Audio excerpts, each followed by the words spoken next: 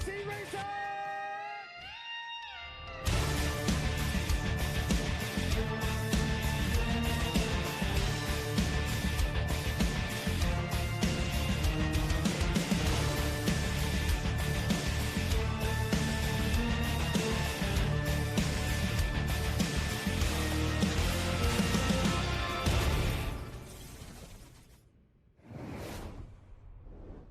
Good afternoon and welcome to round number 2 of the 2024 Progressive Grand National Cross Country Racing Series presented by Specialized, your AMA National Championship. We're here in Palatka, Florida for the Moose Racing Wild Boar GNCC. And Johnny, basically, hey, if it's 2-wheels or 4-wheel racing right now, this is where you need to be in the country. Daytona Bike Week going on. We got GNCC here in Palatka, man. And this is arguably one of the gnarliest rounds of the entire season. Yeah, absolutely. You have to come to Florida prepared. And like you said, I mean, anybody who's a motorsports enthusiast is down here this week.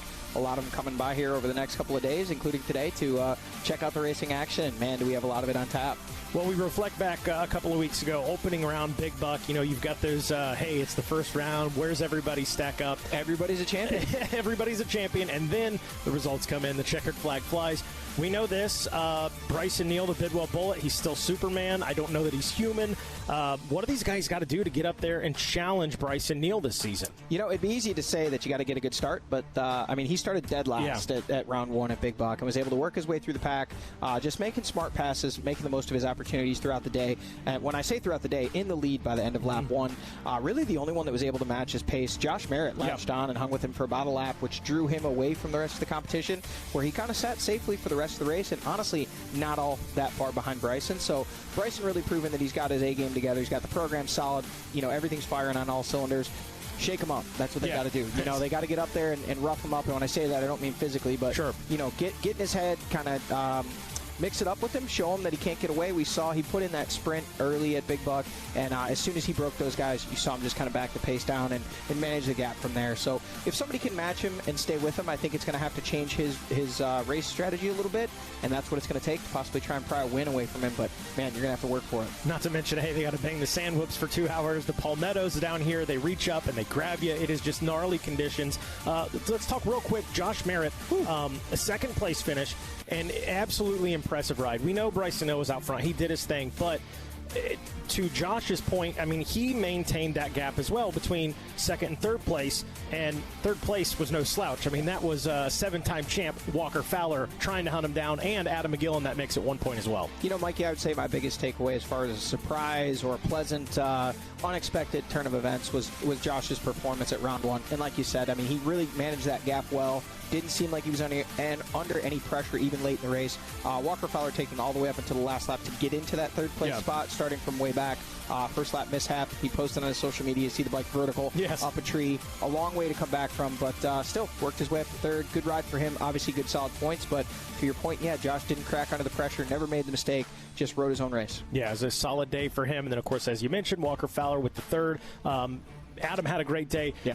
Hunter Hart troubles him and John Glada kind of coming together. A little accident in there. I don't think any love lost between the two of them, at least on the racetrack. They've had some time to cool off a bit, but I think both guys are going to come out here really gunning for a podium, if not a win here today. Yeah, absolutely. And I mean, I think Hunter, if you look at it on paper, 5th, not a bad way to start the season. Surely not where he wants to be. He wanted to be winning. He wanted to be worst case scenario around the box. But, you know, he was stuck back there. It was a hard track to pass on, and he definitely didn't make the most of his opportunities. We saw it on screen. Was just really trying to rush passes, kind of riding a little erratically at times, and he paid for it in the end. But he's a smart guy, got a great team around him, no doubt in my mind. He went back, looked at the tape, looked at the results, and said, all right, we're better than this. Let's capitalize on it. Adam McGill, can't say enough about him. I mean, he was there in a podium spot all day, hanging on to a solid 4th, not giving up any time to Hunter there at the end, and just hanging on to that spot. And then, like you said, 105th, Wyatt Wilkin pushing him across. Yeah, Wyatt. So another dark horse for a podium here coming up, maybe even today. Hey, it's going to be a good one. Hey, you've heard from Johnny and I. We've talked a little bit about the riders and the results. We want to see what these guys are going to be facing on the track, and for that, we'll throw it to Jared Bolton with a Yamaha course description. Thanks, guys. It's great to be back here in the Sunshine State. You know, GNCC's been coming to Florida for a long time. You go back to the 80s, had a couple of one-offs. not far from here over at Gatorback, where they have the Mini-O's. They did one time down in Cocoa Beach, and then went away for a while. And then since 1993, we've been in Florida full time. They started out over not far from here over in Ocala, moved down to Okeechobee, way down south for a while, and then kind of skipped around. They were here down the road at the same piece of property, just straight down back behind me here a few miles, back in 03, 04. Went away for a while, and then we've been back here since 2015. This makes the Wild Boar our longest running Florida event, and that's for good reason.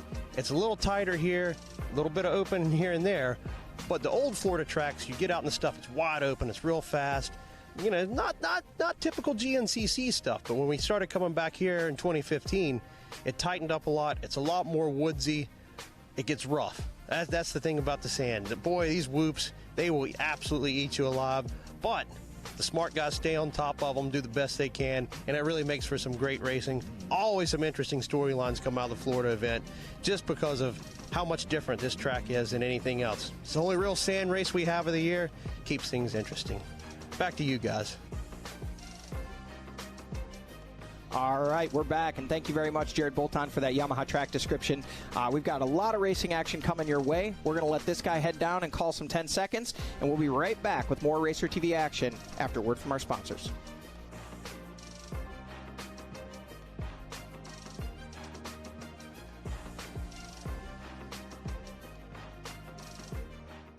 You know, when I take the bike out like this, all my stresses just melt away. I hear that. This bad boy can fix anything. Yep, tough day at work. Nice cruiser sorts you right out. When I'm riding, I'm not even thinking about my painful cavity. Oh, you shouldn't ignore that. And every time I get stressed about having to pay my bills, I just hop on the bike, man. Oh, come on, man. You gotta pay your bills. You don't have to worry about anything when you're protected by America's #1 motorcycle insurer. Well, you definitely do. Those things aren't related, so... Ah, yee! Oh, that is a vibrating pain.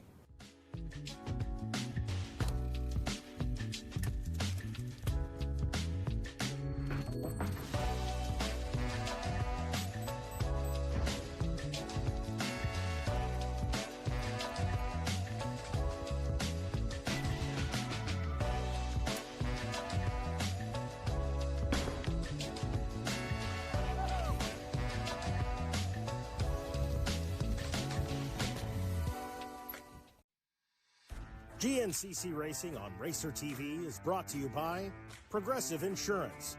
You could save hundreds on car and motorcycle insurance. Specialized Turbo e-bikes. It's you, only faster. Rocky Mountain ATV MC. Get ready.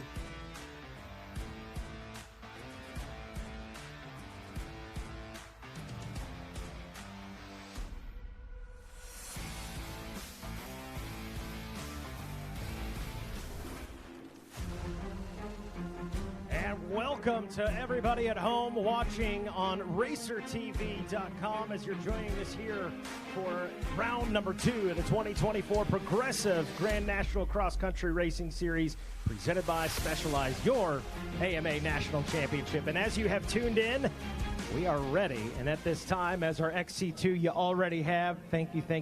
Our XC2 riders have stepped forward. They're going to lead us by example. And if you have not already, we ask that you please remove your hats and cross your hearts as we honor the greatest nation in the world with the playing of our national anthem.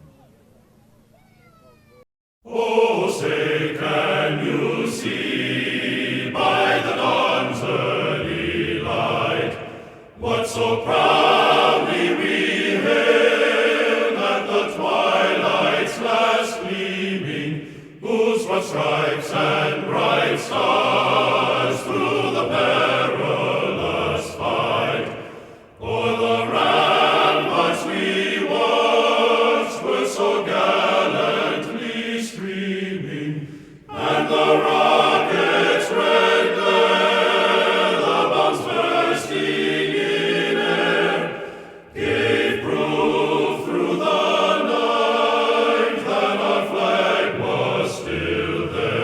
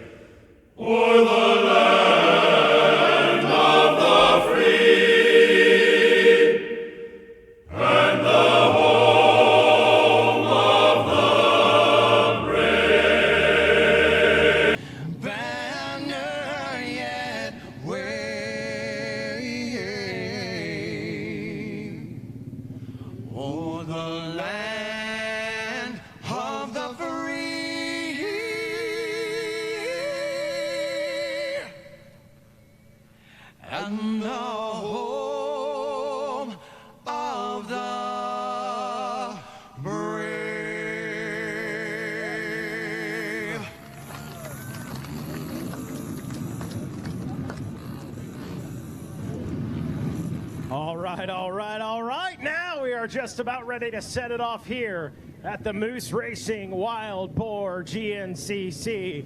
But first, we got to meet the starting row for the XC1 Pro Class. Jeremy Holbert or Big John, where are you at? Raise a hand. I see a hand in the air. They are ready. Okay, without further ado, ladies and gentlemen, your starting row for the XC1 Pro Class. Riding to the line first, the number 1 out of Bidwell, Ohio, on a Phoenix Racing Yamaha, the Bidwell Bullet, Bryson Neal. Rolling to the line next, the number 5 out of Akron, Ohio, aboard the Action Off-Road GBC and B&R backed Yamaha, Josh Merritt.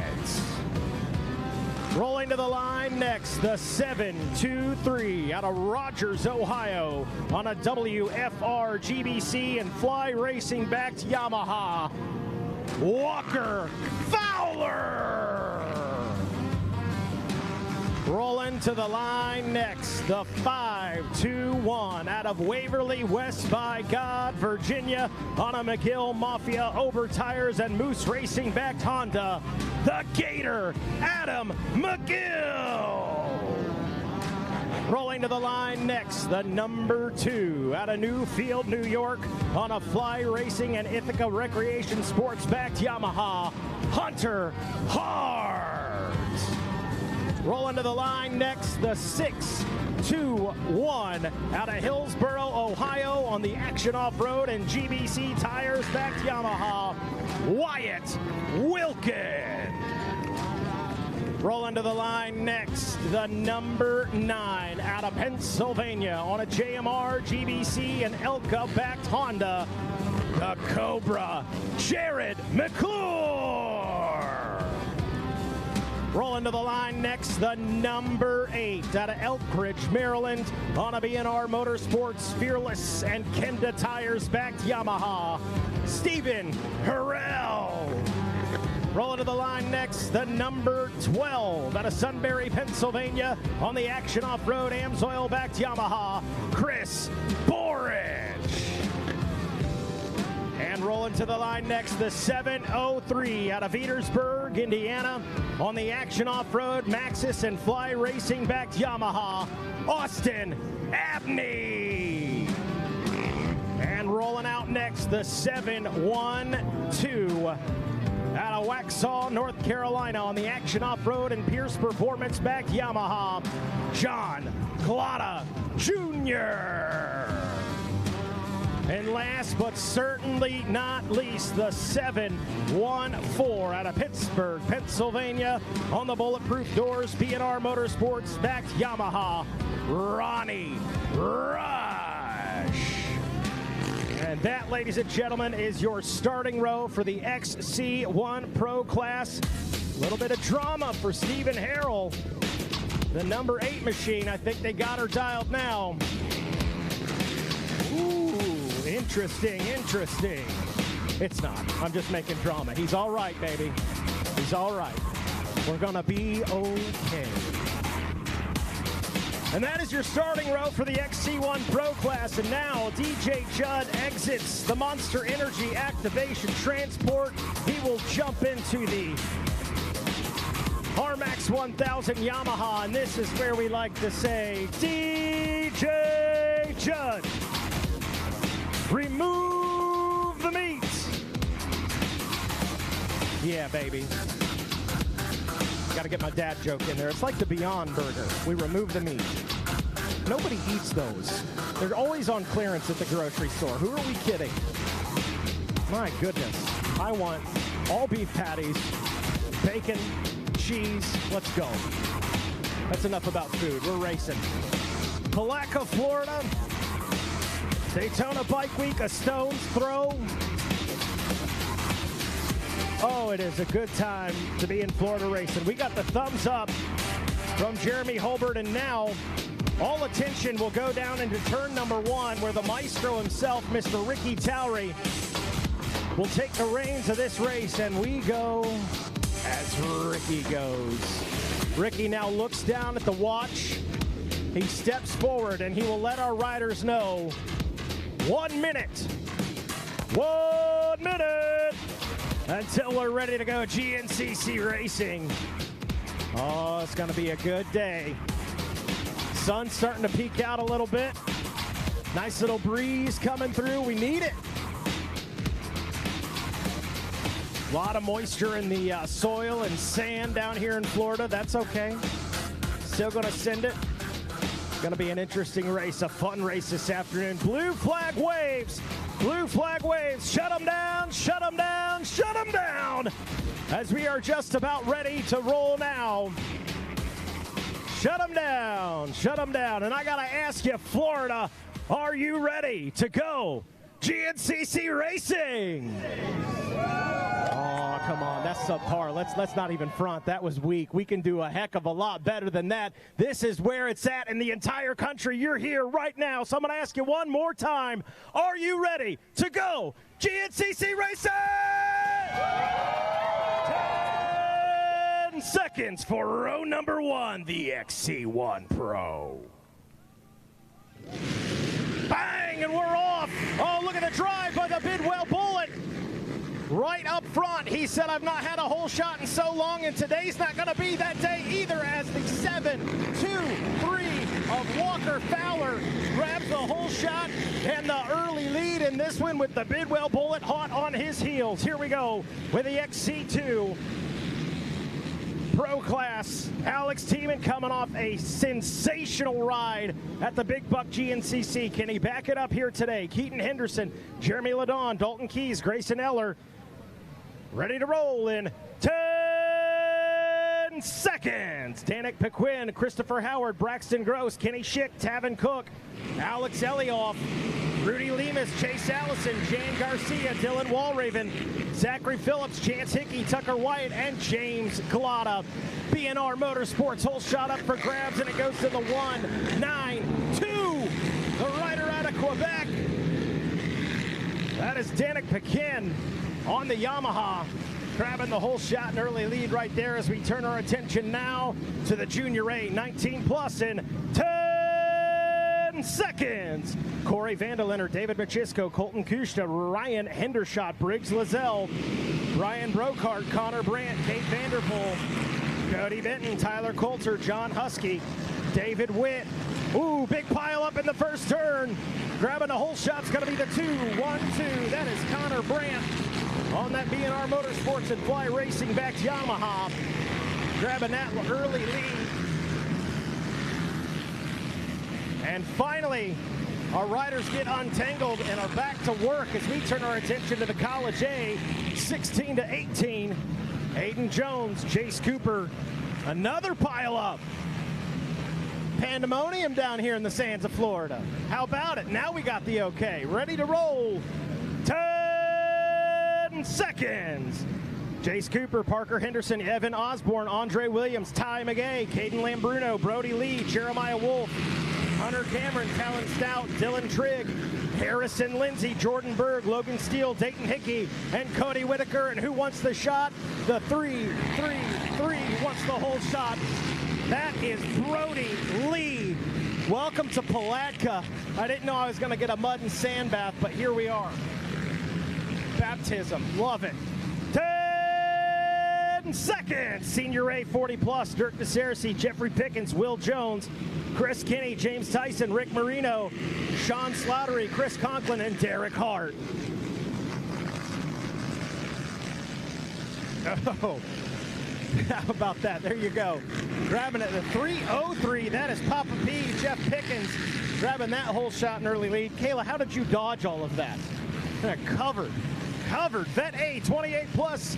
Ready to roll. 10 seconds. Tyler Griffith, Henry Moore, Jonathan Singleton, Nick Davidson, Pierre Yves Denault, Fred Marley, Tom Coons, Cody Holcomb, and Daniel Norman. They jockey for position through turn number 1. Into the whole shot we go, and that is going to go to the 2-2-8 of Nick Davidson out of Steubenville, Ohio, on that BNR Motorsports and GBC back ride. Junior B 19 plus, 10 10 seconds. Michael Worth, Jack Neely, Joe Brooker, Jackson Lutz, Gavin Temple, Denton White, Jorge Garcia, Corey Zeck, Tyler Fisher, Andrew Taylor, Adam Weckel, Adam Safel, all the Adams. They came out to race the Junior B today. How about it? Grabbing the whole shot, that's going to go the 4-2-0 of Denton White out of Manchester, Ohio. Yeehaw, College B 16-18, 10 seconds. Cameron Mulholland, Isaac Hart, James Berger, Jake Coulter, Triple Exo, Jackson Carroll, Dominic Manisi III, Landon Ostritz, Alan Darlington, Quentin Gauker, Aiden Toyle, Noah DeCerci, and the 9-2-0 of Evan Ruckel. Here they come. Oh, that's a tight one. Nope, gonna grab it. That's the 7-7-1 of Quentin Gauker out of Uniontown, Pennsylvania. Grabbing that whole shot, an early lead. Senior B, 40 plus. 10 seconds. Shane Word, Jeff DeFore, Ricky Lewis, Ben Dunlap, Russell Fry, Bobby McCauley, Forrest Cross, Aaron Delancey, Steve Barber, and Steve Kiggins. Look at that drive right up the inside by the number 71. And he's got the brake light. I'm here for it. Love to see it. That's going to be the 271 on the helmet. That is Jeff DeFore, another rider out of Quebec, getting it done out in front. Vet B, 28 plus coming up next. Matthew Hartwell, Clayton Kawasaki, ready to roll in 10 seconds. Kyle Patton, Simon Moran, David Kite, Eric Murphy, Lissandro Casanova. He's the real Casanova out of Spring Hill, Florida. How about that one? That was low-hanging fruit. Joshua Hextall, Donald Spurgeon, Leroy Grooms, Christopher Schreiber. The 819, that is John Higgins on that Red Bear Racing back drive out of Waynesburg, Pennsylvania. And we got a thumbs up. There's Ricky. He was hiding. All right, that's it. I was in the zone. I'm waiting. I wanted more rows. I wanted more. Well, there's going to be more racing, I promise. We're going to take a short commercial break, get a word from our sponsors, and we'll be back with more from here in Palatka. This is the Moose Racing Wild Boar GNCC.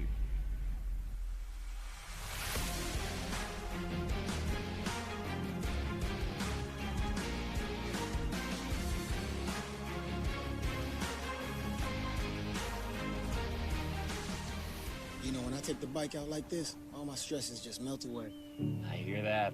This bad boy can fix anything. Yep, tough day at work. Nice cruiser sort you right out. When I'm riding, I'm not even thinking about my painful cavity. Oh, you shouldn't ignore that. And every time I get stressed about having to pay my bills, I just hop on the bike, man. Oh, come on, man. You gotta pay your bills. You don't have to worry about anything when you're protected by America's #1 motorcycle insurer. Well, you definitely do. Those things aren't related, so... Oh, that is a vibrating pain.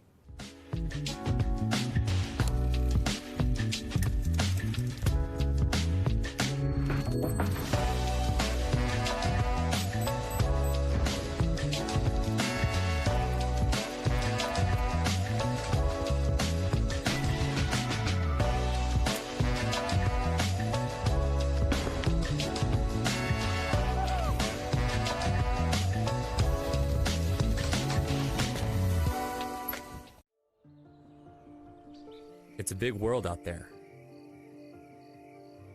How do you choose to see it? When you crave the long canyons, rocky trails, rutted tracks, and lonely highways, they become a part of you. Podiums and personal records, we choose it all. Because life is about moving and feeling. It's about being connected to the adventure. Some just never pull the trigger.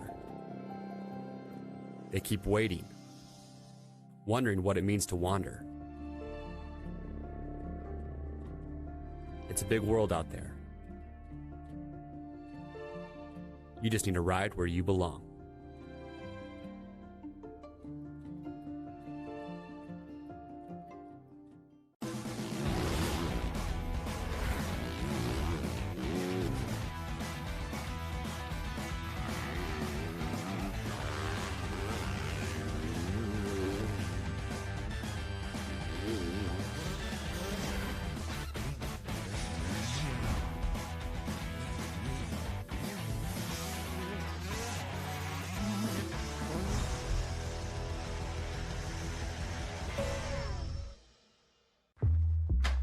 Whatever you drive, however you drive.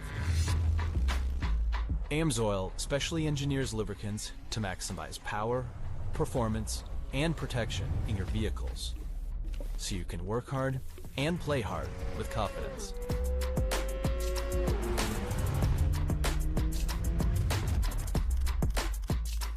Order online at amsoil.com. GNCC Racing on Racer TV is brought to you by Progressive Insurance. You could save hundreds on car and motorcycle insurance. Specialized Turbo e-bikes. It's you, only faster. Rocky Mountain ATV MC. Get ready.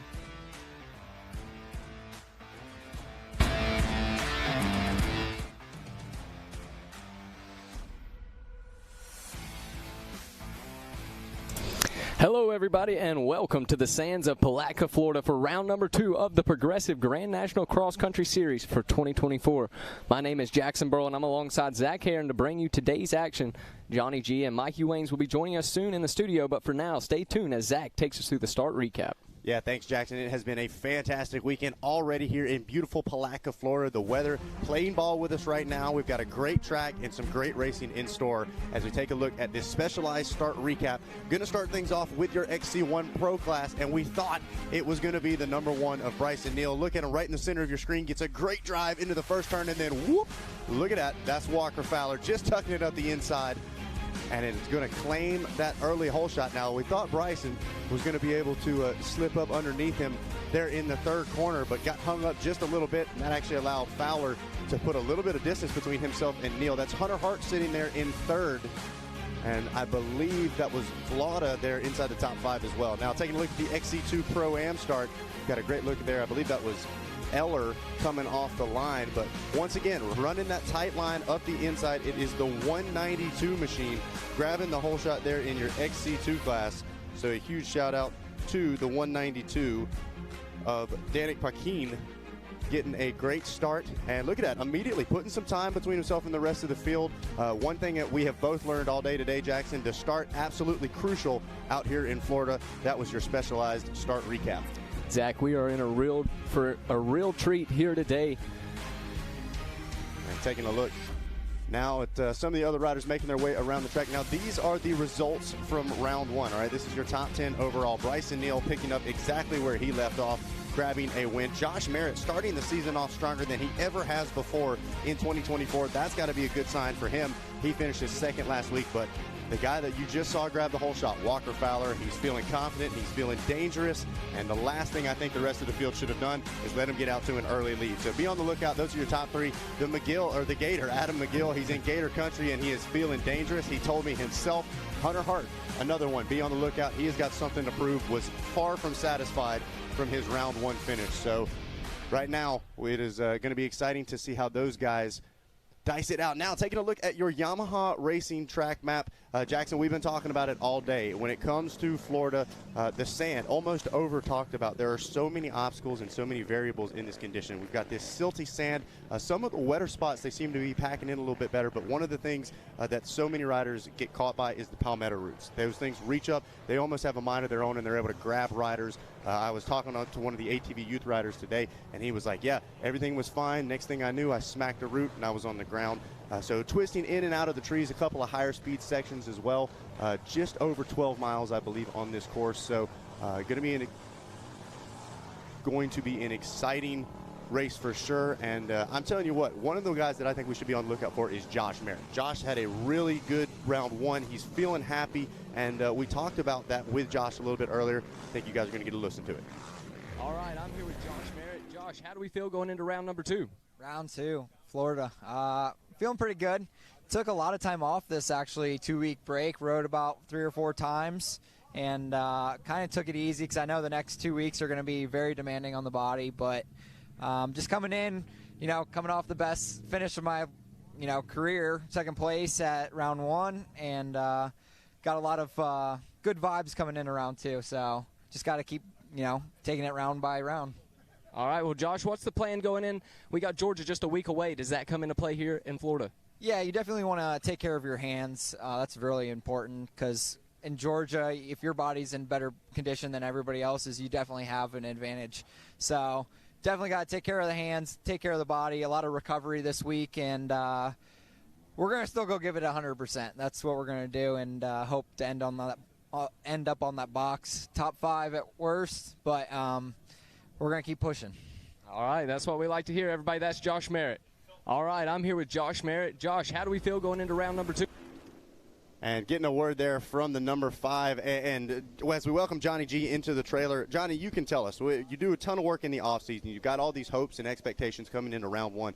But when you execute, how good does that feel? How much does that reinforce the work that you've been putting in on the offseason? What do you think is going through Josh Merritt's mind right now? To sum it up, Zach, I think confidence fosters results, but results breed confidence. So, Josh, I think, obviously worked tirelessly in the offseason with his trainer, with the folks that help him set up his bike. He worked on every part of his program to get stronger after having a phenomenal season in 2023 already. And I think it was just that little bit of confidence that he was maybe lacking. Came out and getting a good start helped so much. He got that whole shot, or was first into the woods there at round 1. And then, he was able to kind of throw a tow rope onto Bryson Neal. And it's just all worked out for him. And I can tell you, the guy we're seeing today is a different Josh Merritt. If he can keep that same mindset, that same philosophy, that same racecraft that he showed at round 1, I see no reason why he couldn't be a podium guy again today. Reiterate what we said 2 weeks ago. Previously, Josh Merritt was a top 5 guy who could get a podium. I think he's transitioning into a podium guy, meaning he should be coming to the races expecting, hey, I'm going to battle for a podium today. And what happens when you do that is sometimes you put yourself in a position to grab a win. So it was interesting to note there in that interview, Zach, he mentioned this is kind of a unique setup here with Florida because we race again in 7 days. It's the only time each year we do it. So he said, hey, I'm really going to have to kind of save a little bit of myself, protect the hands, make sure you don't go too deep. But he also said, we're going to go out and we're going to give it everything we got. The biggest thing is, you can't heal blisters. Tired, you can regroup. Dehydrated, you can rehydrate. But when you get those blisters, when you tear your hands up, it makes it real hard to race again less than 7 days later. So a lot of these guys, doing things a little different this weekend, maybe running some different grips, maybe possibly running under gloves or glove liners that they wouldn't normally. And some of the guys just look at it as, hey, man, I got so much time on an ATV. I'm not going to get any blisters. I'm going out there and sending it. But, it's great to hear from him. I think we should look for good things out of him today. Starting off in that 5th place spot. So he was in. Looks like we still got Walker Fowler leading the way with Bryson Neal in tow. There is 1 and 2. I said it when they took off. I'm going to say it before it comes too long. These two, 1 and 2, we could see a runaway. These two, we've seen them hook up here in Florida and literally just walk away from the rest of the pack. We know Hunter Hart's fast. We know Josh Merritt's fast. Chris Boar was actually there in the number 4 spot, a former winner here in Florida. But worth noting, I get it. I posted it on my social media. I'm not trying to sound like a broken record. Bryson Neal, big win here last year, 2-time champion. Walker Fowler undefeated at this property. 8 years in a row since we started coming here in 2015. He walked out of here the winner, and right now he's leading the way. Looks like Josh Merritt has gotten around Hunter Hart, making moves early, so he's up to that number 3 spot, and Hunter Hart there in the number 4 spot. So that is your 3rd and 4th riders on screen as we watch from our Yamaha Racing Live drone. Yeah, that's going to be interesting to watch, going back to what you were just talking about between Walker and Bryson. Coming in here, year 2 for me, when I was introduced, it was like, hey, Bryson's the guy. Walker, unfortunately, coming off of an injury. We're not really certain what's going on with that, but this Bryson Neal guy, this is his time to shine. This may be going into his era. Walker, one thing I know for sure, he doesn't agree. He says, I'm still here to play. It's going to be really interesting to see an extremely confident Bryson Neal backing up that number 1 plate last year as well, going up against what sounds to be an extremely confident Walker Fowler, who's also in front right now. Yeah, I think this is kind of the battle we've been waiting for. We haven't really seen it since Walker came back and started racing after his injury. Obviously, we saw a lot of this in 2021. We saw a lot of this in 2022. Last year, we didn't get to see it for the first 9 races. Walker Fowler sitting on the couch, with his injury. When he came back, Walker did get a win, but Bryson won the other 3 that since Walker came back. But the reality of it was, even though they were out on the track at the same time, we never saw them battling kind of toe-to-toe. Bryson was out front, ended up having that issue, allowing Walker to grab that win, although he was close as it was. At Ironman, where Walker finished 2nd, he never was really in sight of Bryson all day long. Kind of started in the back. I spoke with Walker before the start today, and he said, hey, one of the things that I want to do is I want to not put myself in a position where I have to dig through the pack early. If I can get through the first lap and I can see the lead, I'm going to take that breath, know I've done the right things, because I can't put myself on my back foot to where I have to go out and expend all that energy early in the race. I'm going to throw one at you, Johnny. So we've got Walker leading. We've got Bryson in the 2 spot. Bryson, from my very, very novice amateur opinion, looks like there's like this unspoken respect of Walker Fowler in front of him. Like, hey, I'm not going to push the 7-time champ into something that comes back to bite me in the butt. I'm going to be patient. I'm going to look for my opportunity right now, and I'm going to watch the lines that Walker's taking. Well, I think, these two have been championship combatants now for a couple years, and on the track, they are, sworn enemies, no question about it. They're throwing everything at each other. But I will say, both of these guys know exactly what the other is capable of, and I think there is a tremendous amount of respect as racers between the two of them. As individuals, I think they both kind of tolerate each other. Sure. And I don't mean that in a bad way. They're not best friends. They're not hanging out. But they have a tremendous amount of respect for what each of these two is capable of on an ATV. And we're seeing it now. They've already pulled out a pretty good-sized gap over the next pack, which is here. Josh Merritt there in the number 3 spot with heavy pressure from behind from the number 2 of Hunter Hart. See, we froze a little bit there, but a lot of sand flying. Josh not wanting to let Hunter by. Josh has actually made the pass on Hunter. Hunter was in that number 3 spot off the start. Again, Chris Borge was in 4th. We did see him in that last camera shot. He let a couple riders through. I think maybe things just starting to happen real fast for Chris starting up front there. He'll settle into a pace and try to maximize his results today. But I think this is the battle we've been wanting to see, and I hope nothing to me could be better than seeing these two right now go at it like this from now until the checker flag flies. Let's go. I want to see. I don't care who wins. Let's get a little back and forth. Let's do it. I want to see these two titans just absolutely throw down. Well, and I tell you what, I was interested to see. I was fortunate enough to be able to watch the start in person, and I was excited to see Hunter Hart right on the back of him as well. I wanted to see it be a three-peat all the way through, and it looks like right now they're kind of falling off just a little bit. As you said, Josh Merritt actually forcing the issue and making his way around Hunter Hart. So be curious to see maybe Merritt's going to make this a 3-rider train up front. But these guys right now setting a blistering pace, and I'm impressed. Walker stretched it back out. It looked like Neil was kind of closing up to the back of him. How much of this is just cat and mouse right now, just kind of biding your time, and then the championship hour, as you will, is coming? That's exactly, I think, what we're looking at, Zach. To be honest with you, watching these guys ride, they are hauling, but this is not 100%. They're both feeling out their setup. They're feeling out the track. And what's scary is they're pulling away from everybody else. Not to say that those guys back there are throwing everything at it, but, they're pushing. You don't want to let a 7-time champ and a 2-time champ go. You're not going to say, oh, they'll be fine, I'll catch them later. If you have the stuff, you want to go with them, and you want to go with them right now. So the fact that they're starting to pull away, again, we don't know what happened off camera. There could have been a small bottleneck, and that's what attributed to the gap. Josh and or Hunter, or Adam McGill, any one of these guys could charge right back up and be in this fight at any moment.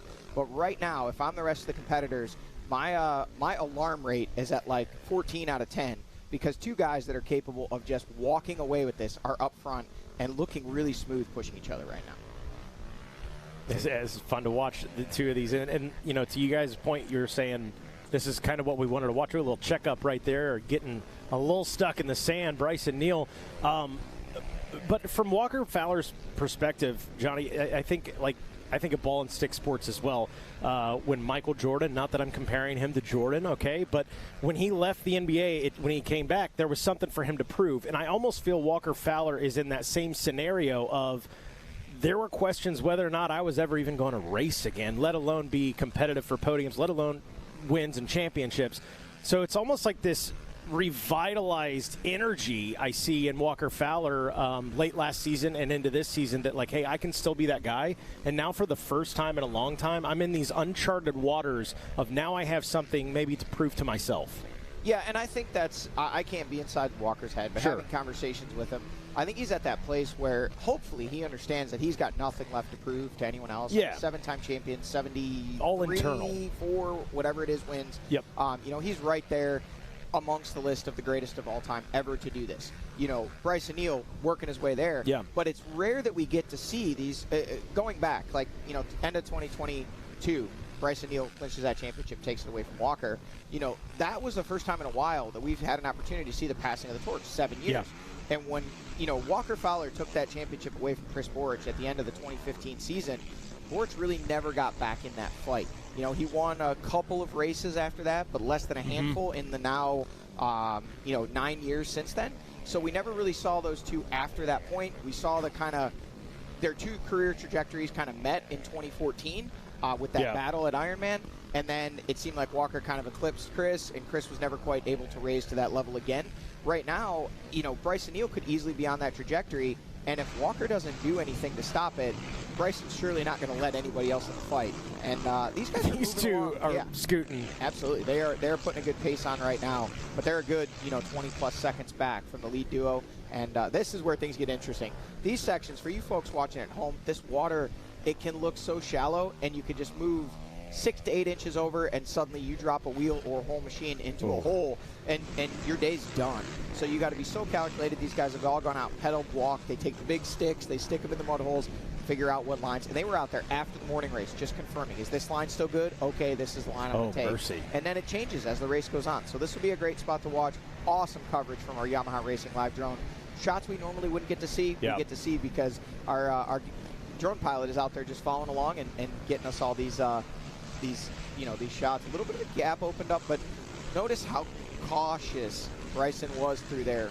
He seems like he just wants to keep the gloves dry, wants to keep the goggles dry. He's not splashing through the puddles at all. Not that Walker was, but I think he's confident at this point, feeling he can get right back to Walker. Well, it's funny, Johnny, you mentioned how a couple of inches could be the difference between, almost a foot as far as the depth for these mud holes. Earlier today, we saw a genuine mud flea, if you will. 1 foot, pretty much totally clean. The other leg up to the kneecap. I said, what happened? They said, I stepped a little too far left and sank down to my knee. So, and the folks at home can't see, but as you can see, I'm a little bit of a mud flea myself. I was going to say, Johnny, I got out there. Who you're talking about? I wasn't even out there really to help anybody or do anything. Was just in the morning race, pedaling down one of the main roads and looked to my right, and there was just ATVs everywhere and steam and screaming, and everybody was stuck, and my instinct kicked in. I just jumped the fence, got over there, started ripping some trees out of the ground. We made a new line. We carried some ATV. Hunter Hart around Josh Merritt and looking like he is on the charge, so he was able to make the pass up to the 3rd place spot. Merritt still in touch there in 4th. Last we saw it was Adam McGill there in the number 5 spot. The gap you're watching on screen, Walker Fowler out front, Bryson Neal in the 2nd spot. Biggest gap we've seen all day.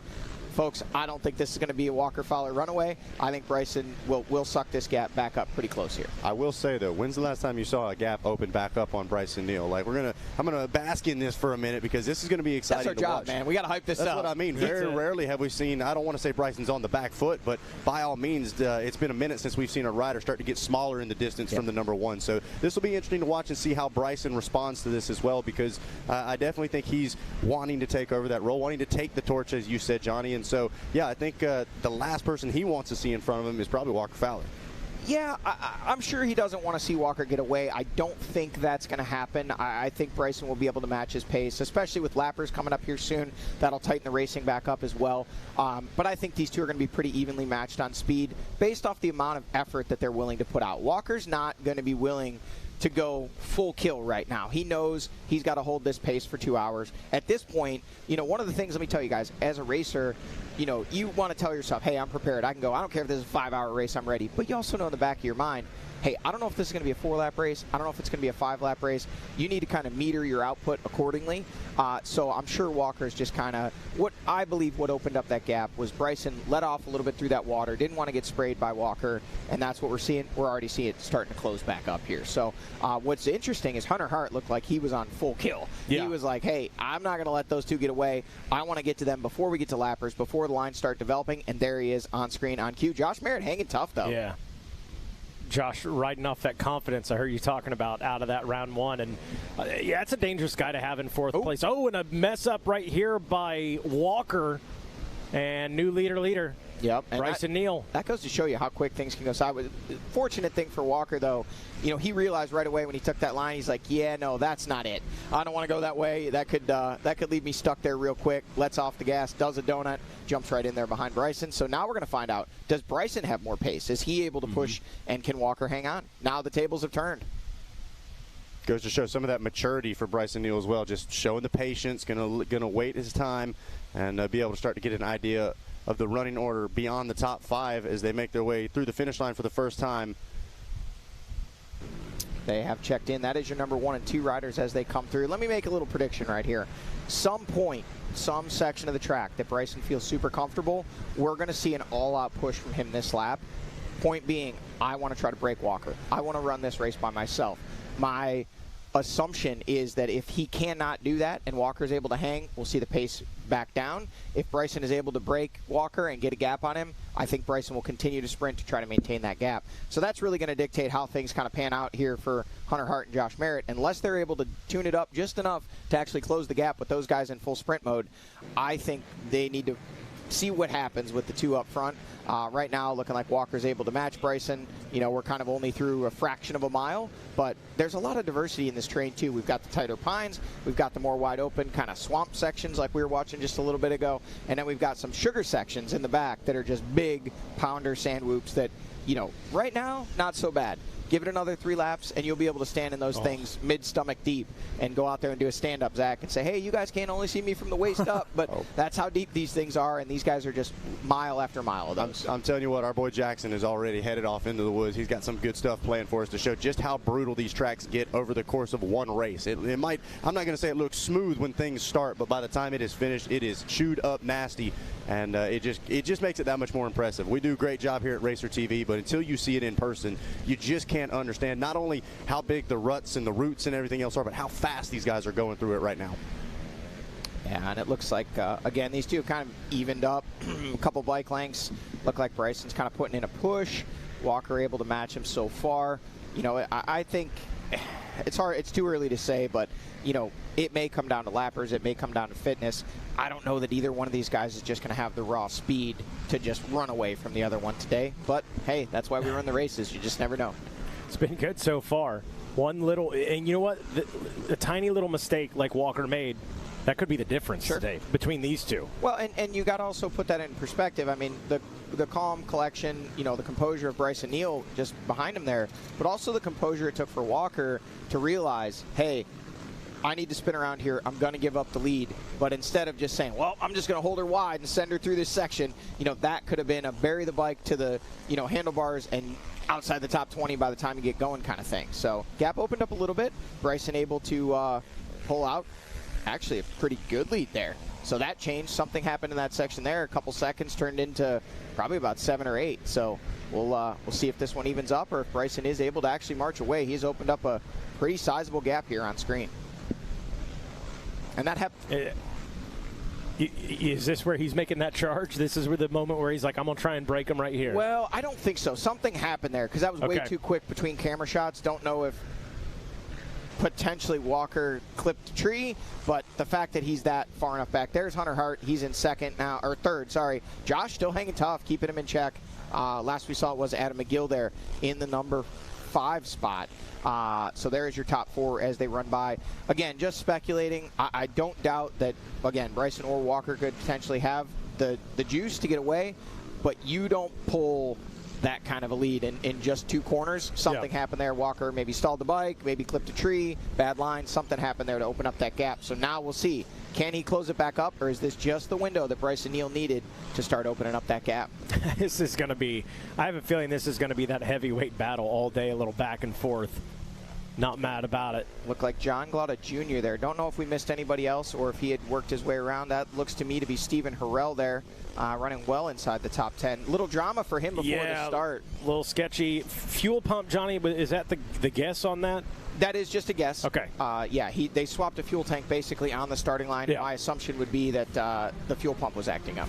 All right. Hey, drama afoot. We are off and rolling. Moose Racing Wild Boar GNCC here in Palatka. The battle is on between B. Neal and Walker Fowler. We'll have more here in just a moment.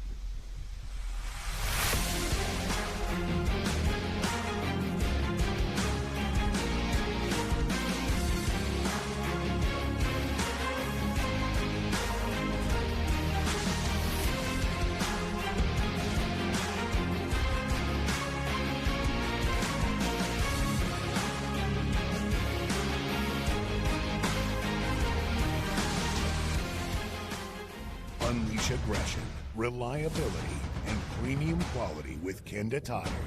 Delivering exceptional performance on all types of vehicles. Automotive, ATVs, UTVs, motorcycles, bicycles, trailers, lawn and garden, and even golf. Trust Kenda tires to guide you on your next adventure. Kenda, designed for your journey. born of family values and a homegrown work ethic. Cometic Gasket seals your machine so you can focus on the finish line. Cometic Gaskets are the competitive standard for racers who demand the very best inside their engine. Cometic Gaskets are always constructed from superior materials designed to perform in the most demanding environments. Whether it's a championship on the line or a day in the dirt with friends, professionals and enthusiasts alike depend on Cometic. Cometic Gasket, sealing championships since 1989. I'm 7-time GNCC champion Walker Fowler, and I run GBC.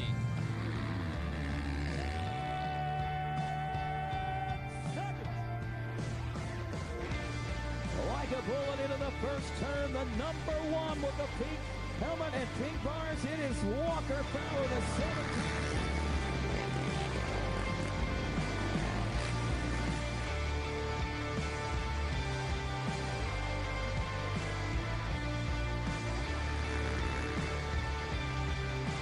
Fist bump. You should be proud of yourself, Devin Feehan. What a ride today. I'm Devin Feehan, and I run GBC. I'm Josh Merritt, and I run GBC. I'm Chris Borch, and I run GBC.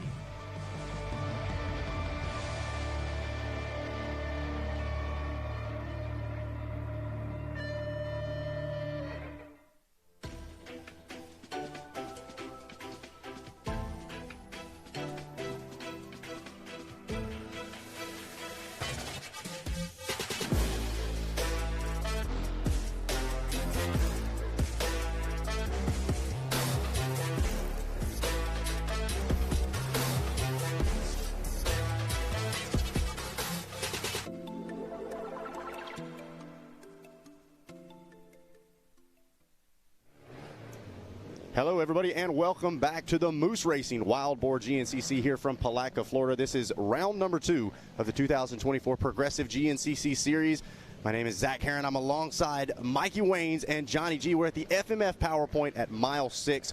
And right now it is a 2-rider battle at the front of the field. Walker Fowler and Bryson Neal have been going at it, but it was Walker Fowler grabbing the whole shot early off. And, man, we were actually able to catch up with Walker and do a little bit of chatting up with him. I think you guys are going to want to hear this. Let's throw it to Walker. All right, guys, we're here with Walker Fowler. Walker, after coming off a 3rd place there in round number 1, how do you feel coming into round number 2? I mean, confident. Obviously, I thought I was riding around 4th half of that race at the end. Came back from dead last after about the first mile. I put it up against a tree, so fought my way through, and I felt physically fit and everything. And obviously, Florida is the most physically demanding track we have on the circuit besides snowshoe. And obviously, bike preparation. I'm one of the few guys that gets to come down and spend all winter in Florida. So I won 8 prior years to last year. Obviously, last year missing due to injury. So technically, I still feel undefeated. I know Johnny Gallagher had talked about that earlier this week on a post, but no pressure. I'm just going to go have fun, ride my wheeler around, and see what happens. All right, Walker. Well, how do you feel about the sand? I love the sand, man. Short legs just really do good in the sand. All right, that's what we like to hear, everybody. That's Walker Fowler. Great to hear from Walker there. And, yeah, if you guys haven't, you need to go on Walker's social media. He's got a video I think a fan took from round 1. He's off the front of the quad. I mean, full, like, shoulder pressing the quad off of a tree, throws the thing back on track. I think he was fully prepared to strap the thing on his back and run to the finish line if he had to. I've told this story to a few people. After the races, you hear these wild stories about, oh, man, I was out there and I had to, like, bench press the... Walker literally said, he's like, man, I had to bench press my quad over my head on lap 1. And I heard that, and I thought, okay, I got stuck, and I had to lift the bike. That's layman's terms for I'm exaggerating. Then I saw the video and the pictures, and I was like, no, actually, he did. That's exactly what happened. He had to bench press his quad over his head. So, yeah, it's definitely interesting, to hear the battles after it's all over and said and done, the stories that they have to tell. Well, we've heard from the one side of the battle. Let's catch up with the other end, the number 1, your reigning champ, Bryson Neal. Hey guys, we are down here with your round 1 winner, the Bidwell Bullet himself, Bryson Neal. Man, you kicked things off exactly where you wanted to at round 1, starting off with a win. Talk about what it takes to get the job done here at round 2. Different conditions, particularly brutal. What's it going to take to get the job done here in Florida? One, you just got to be strong. This place going into it tomorrow, it's always a challenge. Everyone knows going into it. We're about to check into the torture chamber for a couple hours. So, and the dirt bikes, they get 3s. So, I mean, the biggest competitor and the biggest, hardest factor of the entire day is the track itself. You know, it gets gnarly, the whoops from the last lap. In some places they get 4 foot deep where you're not doubling, you're not skimming, you're literally just pop, pop, pop, just lean back, rowing your boat. It's physically demanding. One of the hardest races we do all year long, and I would say that you just got to be strong. If you did your off-season training and all that, it helps, but no matter what, everyone's tongue's hanging out a little bit on the last lap. There we go. Now, as far as the big picture, a small turnaround between rounds 2 and 3. Any changes in the program leading into Georgia, a lack of riding, extra rest, anything like that? No, we had good weather last weekend up home, which was great, so we really got some good laps in back home. The weather's kind of been just back and forth. It touched 65 one day, the next day it snowed and sleet, so we had a little mix of everything, but we got in some good seat time, so nothing's changed. The bike setup is pretty well, very similar to what we raced at round 1, just slight little things for the sand, but other than that, man, we are just set, ready to roll, and just hopefully get out here and get a good start, make it a little bit easier on ourselves tomorrow, and ride with the guys and just see where the race takes us. There we go, guys. Bryson Neal feeling confident, ready to clock in here at round 2. Oh, look at that. Zach, you got it in there with the clock in. I'm making it happen. Whether he likes it or not, he better get a wristwatch sponsor because Clock In is here in 2024. Hey, I believe it's Breitling that sponsors Ken Roczen. So, yeah, maybe we can get that sponsorship. Rockwell Watches. This is a watch sponsor of GNCC. Absolutely. That's cool. Sorry, I didn't know that. My bad. Rockwell Watches. That would be a great. Bryson Neal could do the clock in. He can let us know. Make sure we hitting the suggested time of the race bang on. He said he took a look down at the white flag there and said, oh, yeah, wasn't sure how it was going to pan out. Running order on screen, you see there it shows Bryson Neal in the lead. It was about a 2-second lead, but we had seen it had opened up a little bit, maybe a mistake from Walker, we weren't quite sure. Then it was about 31 seconds back to Hunter Hart in the number 3 spot. Just behind him, still in his shadow, Josh Merritt, another 33-ish seconds back to John Glauda. Stephen Harrell right behind him. Adam McGill dropping back from an early 4th to the 7th place spot. And then you can see the rest of the top 20 running order there. A couple, I guess, noteworthy. Everybody on that list noteworthy in their own right. Leader of the XC2 class, the 223 of Braxton Gross, the West Coast California kid, Tops Works pro racer, came out, gave it a go at round 1, just off the podium in 4th place. Not a track that would obviously feature or favor his riding style and experience, but man, you know, to see him come out leading the way early, and then I believe one of our visitors from north of the border there, that Paquin, I believe he's from Canada, if I'm not mistaken. So good to see those guys. And then in 3rd place in the XC2, Alex Thiemann, your winner of round 1. So that is the top 3 as they run an XC2, and you can see pretty much the rest of the top 20 there, all XC2 guys. And I tell you what, you talked about John Glauda Jr. there checking in the 5th place spot. We've talked about coming back from injury. This is probably not the track he was looking forward to as far as just whooped out. I mean, all of these tracks are rough, but it's a whole different ball game out here. I think about last year, Ben Kelly coming off the leg injury. He was able to find success out here despite that. What do you think's going through John's mind? I know we talked to him a little bit off camera, and suffer was basically the only word he could tell us. This one's going to be brutal. Yeah, I mean, everybody's going to suffer today just based purely on fitness and how physical this racetrack and this race is going to become. Partially because of the whoops, you know, a little bit the humidity down here, and this track is just very, very unforgiving across the board.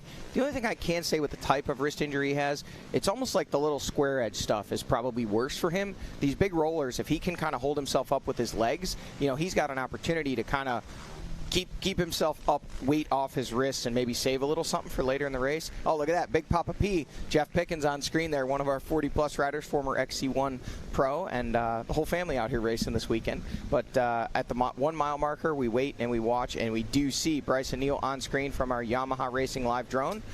Don't see a trailer for that Neal machine just yet, but we'll see what the gap is back to the 723 of Walker Fowler. So at the moment, at least, looking like Johnny called it, tried to set the sprint down, see if he can get away early in this one. He's not a big fan of crowds, right? He likes to be out front by himself and let everybody else fight all over 2nd place. But right now, looking good. I mean, carrying a lot of momentum, and that was one thing that I saw watching the WXC class, even a couple of spots. Now, granted, those ladies were trying to avoid some lap riders, but if you're not keeping your speed up, some of these ruts are already so deep. They were stuck. There was nothing they could do. They had to get some help, get the quad pulled out, and moved over, just like that. Miscue there.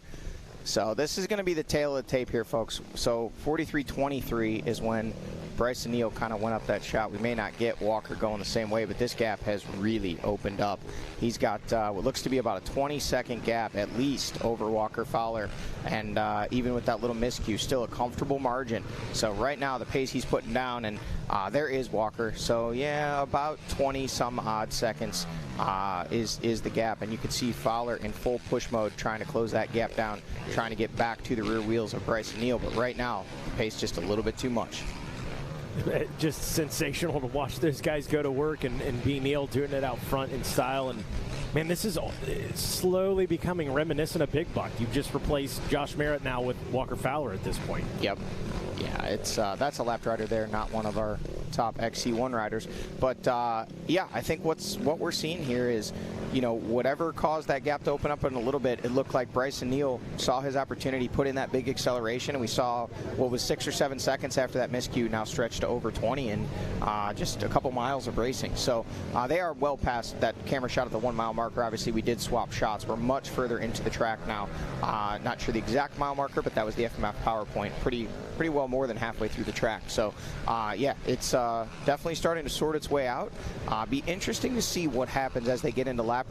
A lot of comments I heard from the morning racers when they came back. One line, very hard to pass, which, you know, it's these properties all change over the years, and as the trees and the undergrowth get thicker, it makes it harder to it makes it harder to cut new trails or to make new trails when you're out there. So it kind of funnels down into that one line setup like some of what we're seeing today. Yeah, a couple of those camera shots you can really see there's not many options. There's trees to the left, trees to the right, and pretty much one shot for you to get through. And but what I think you have seen is the creativity of those top riders. I mean, we even saw a couple of different lines where it's, you know, just a foot to the left, foot to the right. You go to the left side of the tree rather than the right, and sometimes that's all it takes, and not a lot of following, especially when we saw Walker and Bryson really close, both of them trying out different lines, trying to go where the rider in front of them is not. Yeah, you can't pass somebody that's right in front of you. You have to be in an alternate line. You can't go through someone. You do have to go around them. So, yeah, it's one of those things you just kind of bide your time, try to find those lines, and sometimes these guys will try to find them and even put them in their back pocket for later. You know, knowing if they need to pass or if they need to kind of string together some good lines to make some time later in the race. It's good to have those in reserve. Bryson Neal looking smooth. This still, to me, looks like more of a push pace than what we were seeing both of these guys earlier. I think Bryson, again, kind of saw his opportunity. Now, each of these guys has the advantage at this point of, not the advantage, but has the opportunity to see the other, because they're in these open sections with all the switchbacks. You'll likely see both of them kind of take a look over, look for their competition, and see just exactly what is the gap. Bryson Neal in and out of that section before Walker enters. Here comes Walker. So again, roundabouts that 20-ish second gap, and Walker doing everything he can to try to close it down. Bryson trying to stretch it out. Just nuts to watch. We're looking at lap times, probably 4-lap race, Johnny. 28 minutes on lap number 1. We'll have to see. There is a little bit of extra distance on lap number 1. I can tell you that I'm sure everybody, even the most fit, are hoping for a 4-lap race.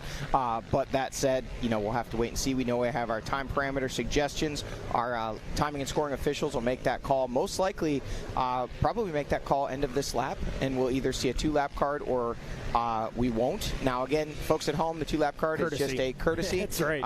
So if we don't see a 2-lap card, that does not mean it is for sure a 5-lap race. They could throw the white flag next lap. So we'll try to get an update from timing and scoring when we can. But since scenario, if we did a 5-lap race, do you look at 2 pit stops? Are you using that much more fuel down here in the sand? Yes, 100%. Yeah. The ATV guys, I can say factually, any of these guys up front, if you go a 5-lap race and you don't run a 2-stop strategy, you're playing with fire, man. Okay. I've run out of fuel down here before, yeah, it's the ATVs are heavy. You know, the sand. Now look at this. This is the gap back to Hunter Hart, folks. That has opened up big. So this is a product of Bryson Neal putting the hammer down. Walker Fowler trying to go with him. And right now, Hunter Hart, Josh Merritt, just not able to match the pace and intensity. These guys, I could be wrong, but well over a minute behind at this point. There's Bryson Neal on screen. Hunter Hart with a gnarly crash on Tuesday, I believe, training, and he has a bruise on his thigh the size of a silver dollar pancake, if you will. Looks nasty. So we'll see. I'm going to guess he's not going to say anything about it, though. But he did. He showed me and Johnny, so yeah, he it's told fair me game. to. I was fair game. Yeah. I'm throwing it out there. No excuses. I'm not saying he's a wounded animal. I'm not making excuses. I mean, he is no slouch. He's out there sitting in a podium position right now and pushing a pace that mere mortals such as myself could never even fathom. Yeah. You know, this track, I mean, I've spent so many winters down here training, and you always think you're ready. You get here, and it's just like, man, like, it takes everything you have just to keep a decent pace to get to the finish. You know, the tougher you are, the more mentally strong you are. If you can stay on top and keep pushing, you know, you're at a big advantage over the guys once they let off and start falling down into the holes. That's when you really beat yourself up. Bryson on screen, you can see him stringing some good lines together, and a little bit, this is what I'm talking about with the sprint. Last lap through this section, they were both pretty cautious, kind of picking lines, taking their time. Bryson knows his lines, he's committing, and he's right in there, wasting no time. He knows seconds gained are very valuable, and he's trying to pick up every single one where he can. We'll see if we can get a shot where we can get them both in the same, either not the same frame, but the same location. So coming out onto that big straightaway there at 49.45. We'll see if we do get Walker Fowler back there and if we can get what the gap is going into the woods at 49.57. So we'll see if we wait here for Walker Fowler. What is the gap? We think it was in the upper 20 seconds when they came through at the FMF PowerPoint. Man.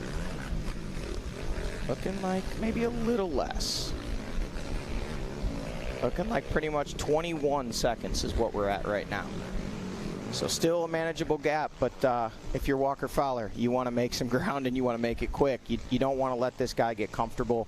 And you can see that right there, folks, that's full push pace. There's the difference. You can just see he is locked in, tucked in, clocked in, and doing work. He's in. That's what we get. Yeah. So if Neal stretching it out, Fowler stretching it out, and Hart's got his hands full with Merritt. Meanwhile, Glotta back in fifth. Harrell, after a little drama at the start, doing well. And that's not an easy thing to do either. No. Like right there on the start, something goes wrong, out of your control. Yep. That's shows he's got a lot of trust in his team and his machine as well. Yeah.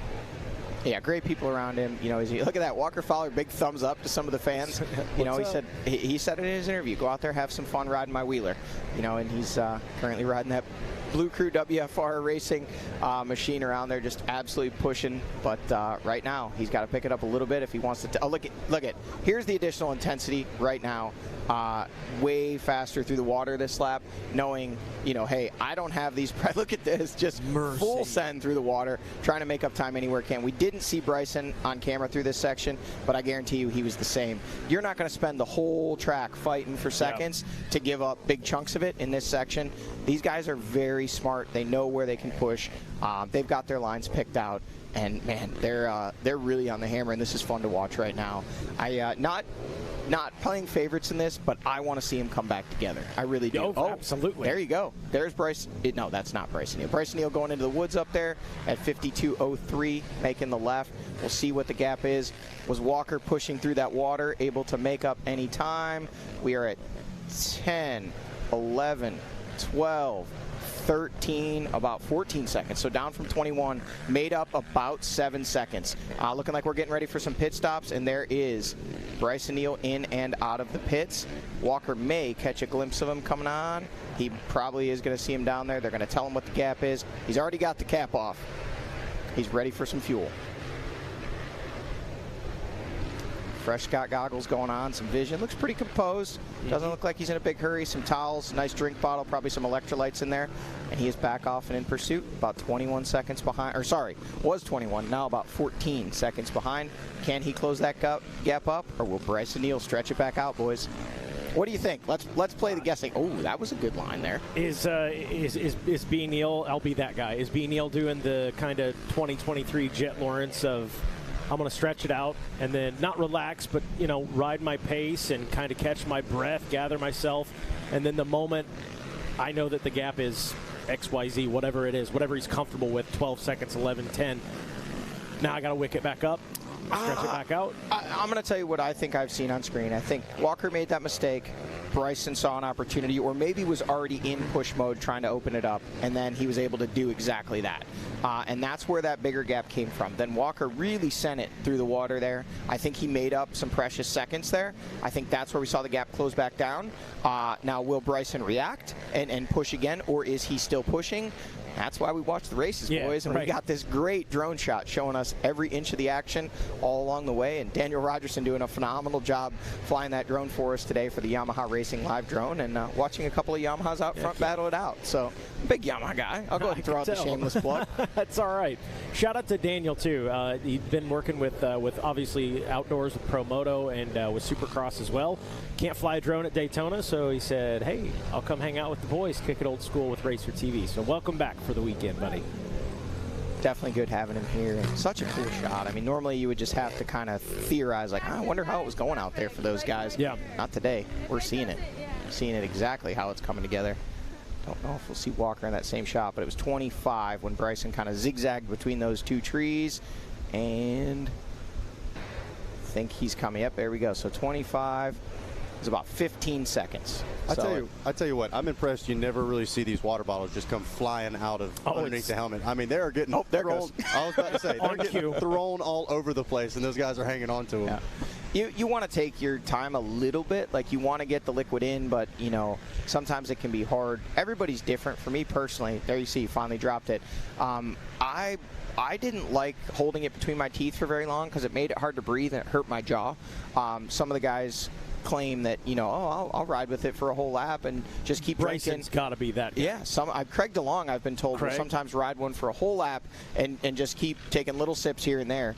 Again, sense of urgency setting in. Walker Fowler not taking his time picking lines anymore. He is full send, putting it in the line and just giving it all she's got, trying to continue to close down this gap, or at least keep the gap the same.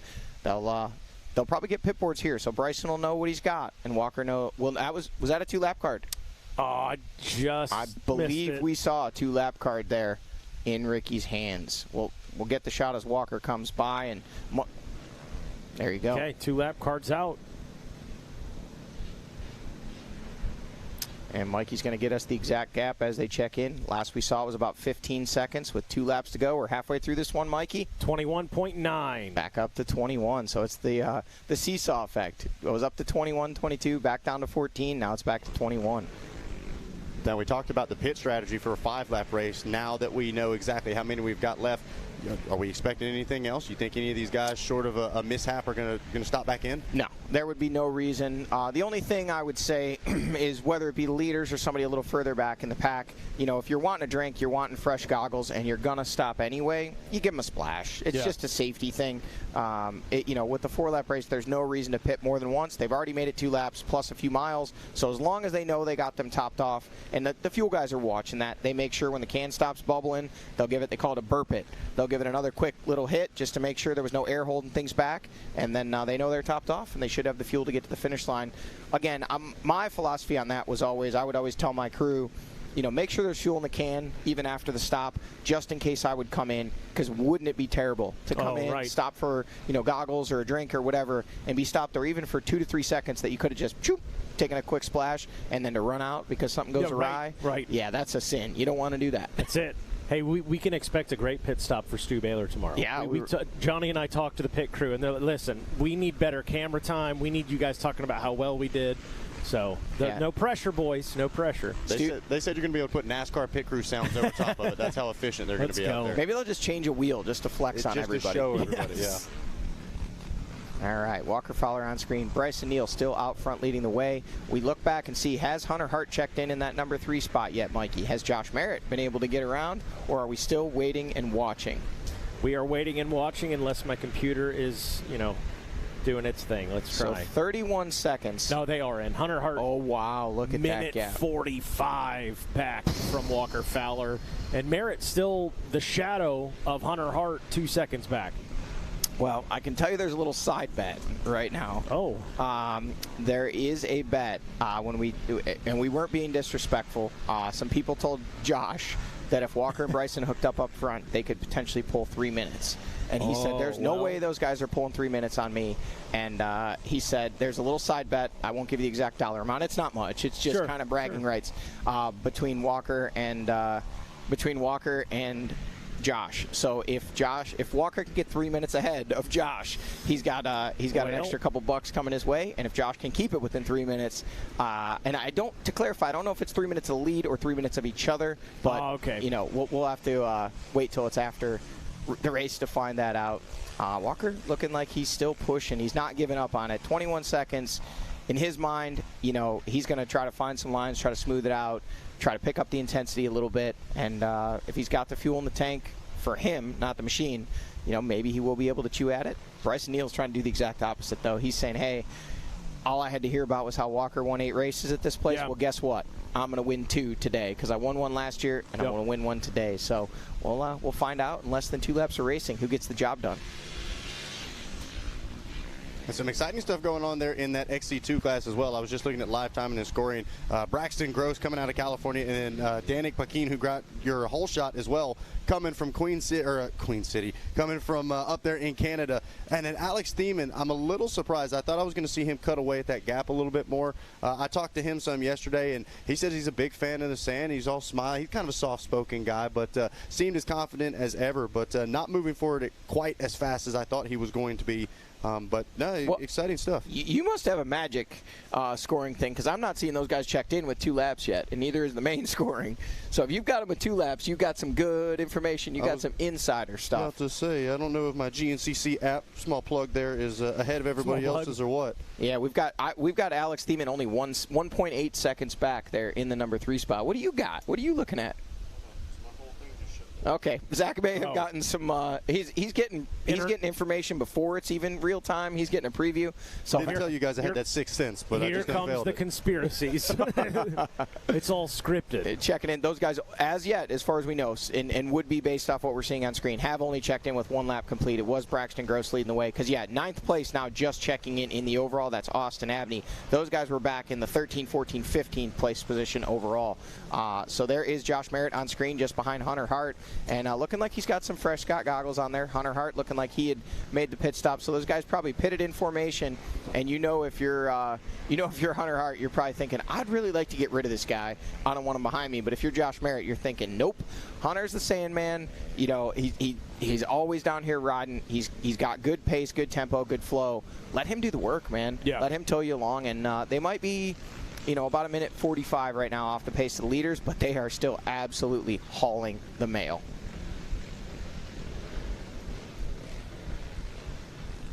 And I'm telling you what, both of those guys rocking some of that new fly gear, looking very colorful on the start. Everybody's the same shade of Palatka gray now at this point. It doesn't matter what you're wearing. It's been funny to see. Every time they come by, they're just a little less colorful on the screen. Yeah, they look like Swamp Thing after the race. Yes. Like, you guys might not be old enough to know what that movie is, but it's they are just black, head to toe, just dripping water and soot and nastiness coming off them, and it's been great racing action so far. This is certainly one. I can't remember. It's been a few years ago, but my goodness, we had guys throwing gear away. It was so nasty. This has been a barn burner. B. Neal setting pace. Walker Fowler in the 2 spot. Hunter Hart trying to find him, track him down, and Merritt all over Hunter Hart. 2 laps to go. We'll be right back after this. It takes commitment,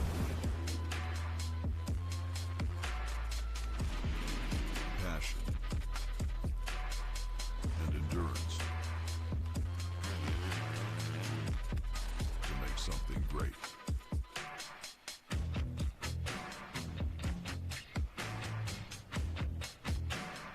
Made by champions, for champions.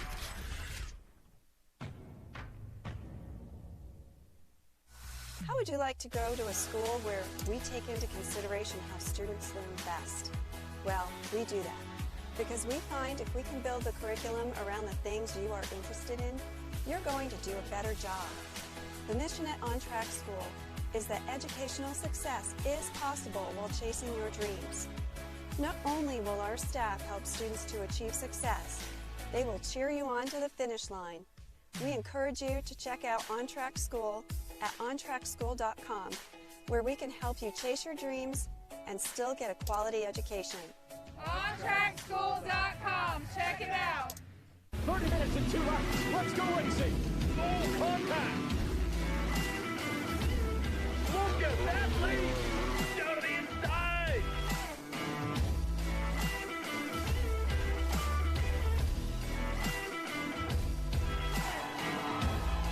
Jet Boar still on top.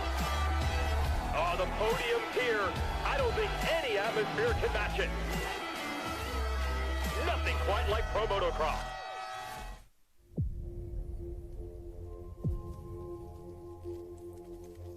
We've been there since the very beginning. 20 laps, the main event, the mud, the blood, the beer. Organizing the industry and building champions.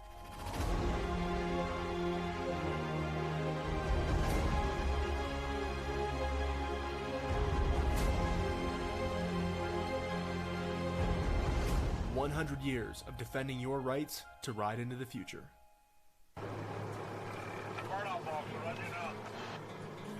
Community, family, teamwork. It's what we have stood on for over a decade. Hauling might be what we do at the surface, but it's much deeper than that. Because what you need matters. When you need a haul, give us a call at 724-852-4488. For 24 hours a day, 7 days a week, and 365 days a year, we at JD Enterprises are prepared. Hey everybody, welcome to the FMF PowerPoint. We are here on Friday to give you guys a look at how the course is before any of the riders touch it. As you can see, things are smooth as of right now, but it will not stay that way long once the racing has started. As you can see over here on the hill, there is a lot of loose sand that'll be thrown around and will form all kinds of different obstacles here for these riders. Let's jump to the races and see how it looks. All right, guys, we are back here at the FMF PowerPoint. As you can see, things are not quite as rough as I was expecting going up the hill. The roughness is at the top where all the palmetto trees are. As you can see right here behind me, coming into this corner, the palmettos are sticking out. The roots are grabbing these riders just like it did him as he came around. So that is where the difficulty of this track is coming from, is in these corners. Back to you guys. Thanks, Jackson. Yeah, down there at the FMF PowerPoint. And yeah, when we were looking around, it was funny. We saw the Gator himself. He was biking track, and he said, "Yeah, boys, take a look right now because it ain't going to be that pretty in a couple of hours tomorrow." And, man, he sure was right. It is getting brutal out here in Palatka, Florida for round 2. Guys, I think I'm going to leave it with you here in the truck. I'm going to head down to pit lane, see if I can find any stories, see if anything's going on down there. Let you guys handle it from here. Talk to those old guys at the Bryson Neal pits. That's just the running joke. Yeah. I guess it was a big hit last year, or last race, talking about them being the oldest pit crew down there, and they said, oh, all our friends back home, they love that. They're trying to get an AARP sponsorship. I like it. So we'll see. Well, we got to get this race over with so they can catch the early bird special at Applebee's on the way out. Yes. Great group of guys there, and we're watching our finish line here. It looks like some of our XC2 riders checking in. If we refresh that there, Mikey, we'll see the running order. Has it changed? Is it still Braxton Gross out front? Yep, there we go. What do we got? Looks like, still Braxton Gross. Oh, Alex Tiemann, 1.4. Wait, is that a minute 40? 1 minute 40 seconds behind Alex Thiemann. Braxton Gross laying it down, putting a pace just a little too hot for the rest of the XC2 class at the moment. Thiemann able to work his way up into that number 2 ride. And then in third place, it is Tavin Cook, followed by Grayson Eller and Kenny Schick, rounding out your top 5. So our Canadian brother, Danik Paquin, has dropped back to the number 6 spot. So, a lot of action going on there in that XC2. I knew they were coming through because I just saw James Glotta go through on screen there. I talked to Braxton Gross, pit crew at Big Buck, introduced myself to him, and we talked a little bit about the works racing, etc. Johnny, is this a result of him, hey, I got a round under my belt of GNCC, I got it dialed, or is this, hey, I'm really good in the sand? I think it's a combination of both. I mean, I'll be completely honest. He exceeded my expectations at round 1. He does not have a lot of experience in conditions like Big Buck. Worth noting, he was out here and ran some races on a 150 hybrid in that schoolboy class in years past. He raced snowshoe last year on a 450. He's not a complete newbie to GNCC, but, I mean, he's a powerhouse out west. He's one of the top 3 guys there there in that work series. Young, 17 years old, coming into his own. So I think it's a little bit of confidence from round one. I think it's a little bit these conditions, favor him. Not favor him, but he's more comfortable in these conditions. So I'm not at all surprised to see him leading the way. If I'm being honest, the 1 minute and 40 is a little bit of a shock. He's definitely putting a really fast pace down right now. Looking at the overall, he is still in. Oh, he's actually. Who is it? So one of the XC1 guys did not check in because there was 12 of them. Looks like we do not have. Is it Jared McClure that isn't checked in yet? I don't see him. Yeah, looks like we're missing Jared McClure there in our top 20. It is worth noting Jared McClure and Kate Osborne have a lot of problems with transponders, so it's possible maybe his transponder not working. We don't want to create alarm. We do not see him checked in. That doesn't mean he has not come through. Looking at your top 20, there you are on screen. So it's all XC1 guys in the top 11. Braxton Gross, the 223, in the 12th place spot overall. That is your leader in XC2, and you can run down the order from there. It's Gross, Thiemann, Cook, Eller, Schick, Paquin, Walraven, Glotta, and Henderson rounding out the top 20.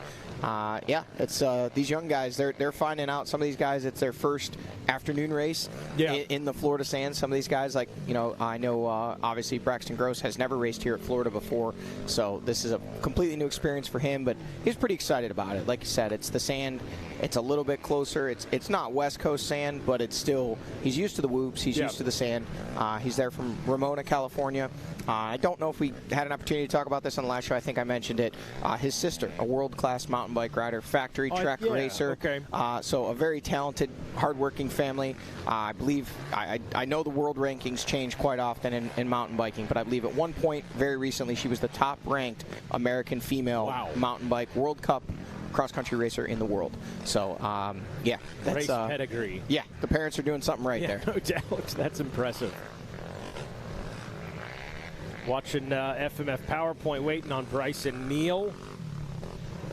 Should be rolling through any time. We'll see what the gap is back to Walker Fowler. Last time we saw him right in that 18-20 range, right? Yeah, 21 seconds it was, and it'll be interesting to see who can get through lappers better, because, that 21-second gap could either evaporate or become 41 seconds based off just one lapper.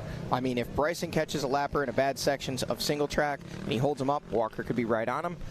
If Bryson gets by and Walker has the opposite, we could easily see those gaps, seesaw 20, 30 seconds and a few miles of trails based on how long it takes these guys to get around lappers. Again, this is a track, when you watch, you kind of saw from the overhead drone there, it's like train tracks, and it's hard to get out of those. Here is Bryson Neal on screen.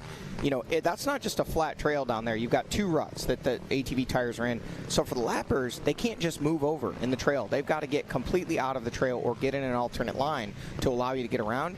And it really does make getting through lappers very challenging on a course like this today. It's gnarly. And I feel like in Palatka, there's no bottom here. It just keeps going and digging and digging. Yeah, we see that lap rider jumping back in, taking a look back. Well, nobody there. Bryson's all by himself. I'm going to hop back into this section, and another lap rider in front of him. This guy not quite able to get out of the way. So Bryson, again, this is where, only a couple seconds, but those add up. You do that 2 or 3 times, suddenly a 21-second gap turns into 0. And Bryson still behind that lap rider. He's revving him. He's yelling at him. And this rider really nowhere to go. He just can't get out of the ruts. He's going to try here. Here he goes. Let's see how he's got to turn completely out of the trail and go the long way around. Frustrating for Bryson Neal. Probably frustrating for the rider as well. Like, I'm trying. I don't know where to go. I believe that is Neal there again. So he's out of that FMF PowerPoint and into the next section of race course. Now here is Walker Fowler. Looks like it's grown maybe a little bit, maybe upwards high 20s, low 30s. I didn't get the shot, so I didn't see the time. But if I had to guess, I'd say we're upwards of 30 seconds now. Still within striking distance, but he's got to do work if he wants to get back to the rear wheels of Bryson Neal. And maybe advantage getting around the lap traffic, like you said. They know Bryson's gotten around him now, so they know Walker is coming. Maybe they're a little more cognizant. Maybe not. Yeah, no, that's actually Bryson. Oh, it is Bryson. Yeah, okay. That's Bryson trying to make his way around a lap rider, and that lap rider looked like he was going to let him around and then didn't. Now he realizes it's Bryson Neal, probably after a lot of revving. Yeah. And he was like, oh, this is the race leader. I need to get out of the way. So Bryson juggling with the lap traffic. Will it play an advantage for Walker Fowler in the 2 spot as he approaches them? We'll wait and we'll watch and we'll see. I really hope we can get a shot where, we can get that gap. I know we'll get it at the finish line, but anytime we can get that, it's just so cool to see how those gaps change. Is it closing up, getting tighter? Is it, is the gap widening? Is Bryson pulling away? That's exciting stuff. Both of these guys, I feel right now, I don't think this is cat and mouse. I think both of these guys are throwing everything they have at it. And if Bryson Neal is able to open that gap up, either he's getting through lappers better or he's just setting a better pace. Same goes for Walker Fowler. If he's able to close that gap up, it's either because he's riding faster or just getting through lappers better.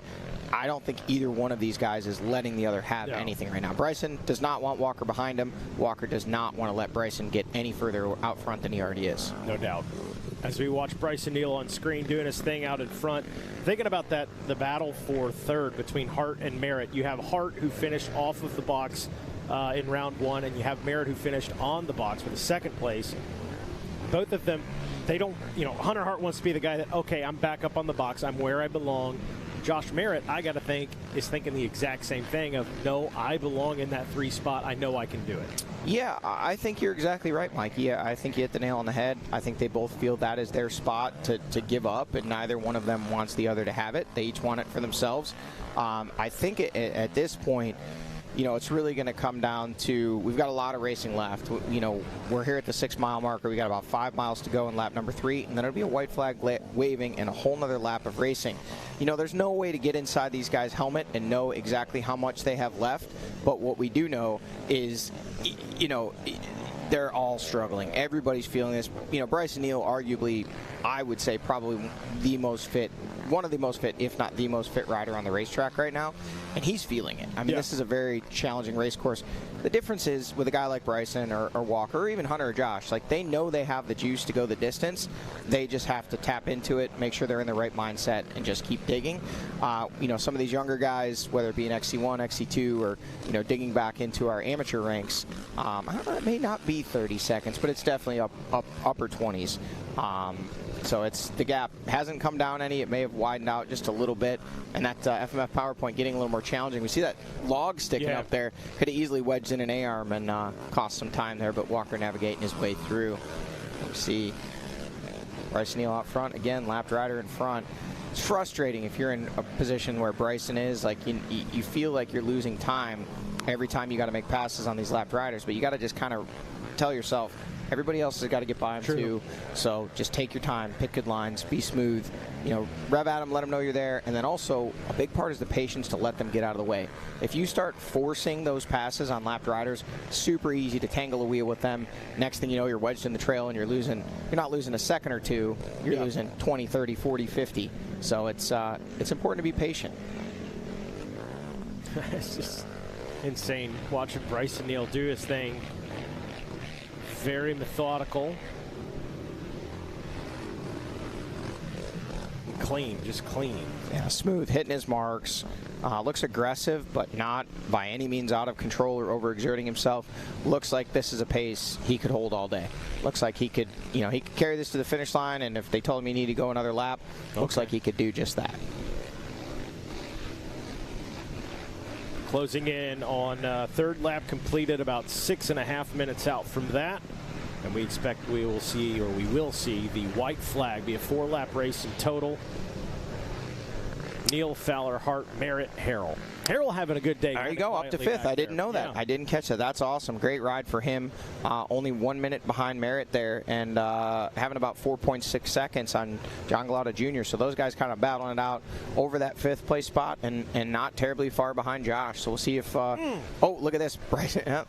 Not too much time lost, but that's how quickly things can change, you know. Little mistake. Yep. He is human, I think. Yes. All right, 1 hour, 17 minutes, 23 seconds as he kind of wiggled his way through that shot. If we get that same ground camera shot of Walker Fowler, we'll know what the gap is. What did I say, 23 or 27? I forget now. I think 27. Okay. Oh, more battles with the lappers. Yeah, that's how quickly he can. That might be his topic of conversation after this one.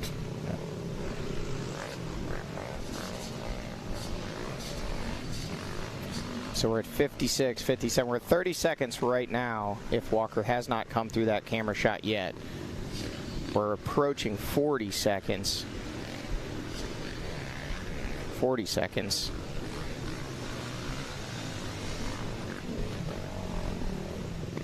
I think Walker's already come through that shot because... Okay, so we are being told that we did miss Walker Fowler, so the gap we do not know for sure yet. We'll keep an eye on that, but we think we have Jared McClure down in the GBC Tires pit stop area with a little update. Not wanting to hear from him mid-race, but what do you got down there, guys? Yeah, unfortunately not going to plan here for Jared McClure. Jared, you're offside of the track. Take us through what happened. Looks like the ATV's a little tweaked up. What's going on?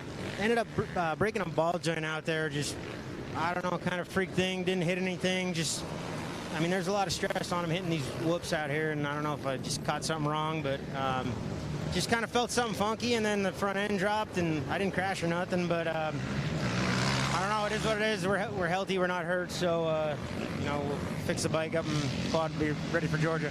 There you go, guys. Tough luck for Jared McClure, but he's healthy and he's going to come back swinging for round 3. So that unfortunately does answer the question we saw. He had dropped off our live timing and scoring screen there. Again, a broken ball joint ending his day early and dropping him out of what was a top 10 running position. So unfortunate day for Jared, but like he put it there, you know, with the year he had last year, I'm sure he's just happy to be healthy. He'll get that repaired and right back in the fight for next weekend. There's Walker Fowler at the 9-mile marker. Bryson Neal has already come through this section here. We'll be getting an update on exactly what the gap is. They'll be checking into scoring here in just about 2 miles. Yeah, bummer for Jared. No, he was talked to him prior to the race. He was really excited about being back down here racing, all the things. Those same fans again. Walker was waving to him last lap. Oh, yes, he was. You're right. And I guess that maybe he knows them. Maybe it's family. Maybe it's friends. Maybe it's just some enthusiastic GNCC fans, and he says, hey, I'm going to give him the full experience. Mid-race, trying to chase down Bryson Neal, hands off, waving. Definitely carrying on the tradition that is Walker Fowler. Having fun on his ATV, trying to get around some lap traffic here, and looking like, oh, there we go. There's a line. Straight up the middle. Right up the gut. Love to see it. You know what? Like, to your point about Walker waving at the fans, having fun, Walker's always had fun, don't get me wrong, but it does seem like he's having more fun now. Like, I'm soaking in every single second I'm out here racing my wheeler, I think is what he called it, right? Yeah, I agree, and I think, you know, Walker obviously, we saw, I mean, he pushed the pace early. He wants to win this. He still does. I'm sure in his mind he's not giving up on this, and we're not giving up on him. I mean, there's a lot of racing action left, but to me, fast forward, let's say this thing ends just as it runs. I think it's still a win of a day for Walker Fowler. This is the closest he's been to Bryson at this point in a race since he came back from his injury, and I think what you're seeing on screen there, that is not the Bryson Neal we saw here last year. Right. Bryson Neal last year here just kind of got out front, cruised. Right now, he has tremendous respect, like you pointed out, for the man behind him.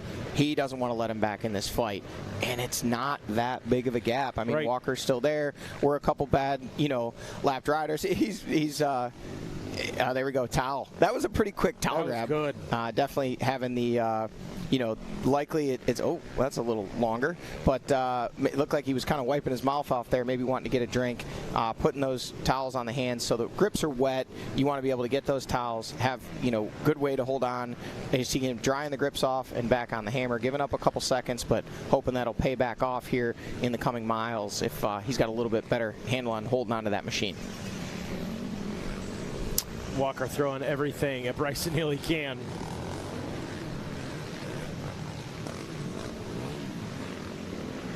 As we get down to the nitty-gritty here in lap number 3, about a minute out now, Bryson Neal should be from checking in and bringing out that white flag as Walker Fowler wicks it up a bit. Yeah, this is really going to be where we see what's left. I mean, again, I've been in these positions before. You can never know what anybody's thinking, but I don't think Walker held anything back on that lap. Right. I think he gave it everything he had. I think Bryson was able to counter every attack he threw in. Walker closed it down to 14 seconds, got it back up to over 30. You know, we think we're somewhere in that high 20s, low 30s, low to mid 30s.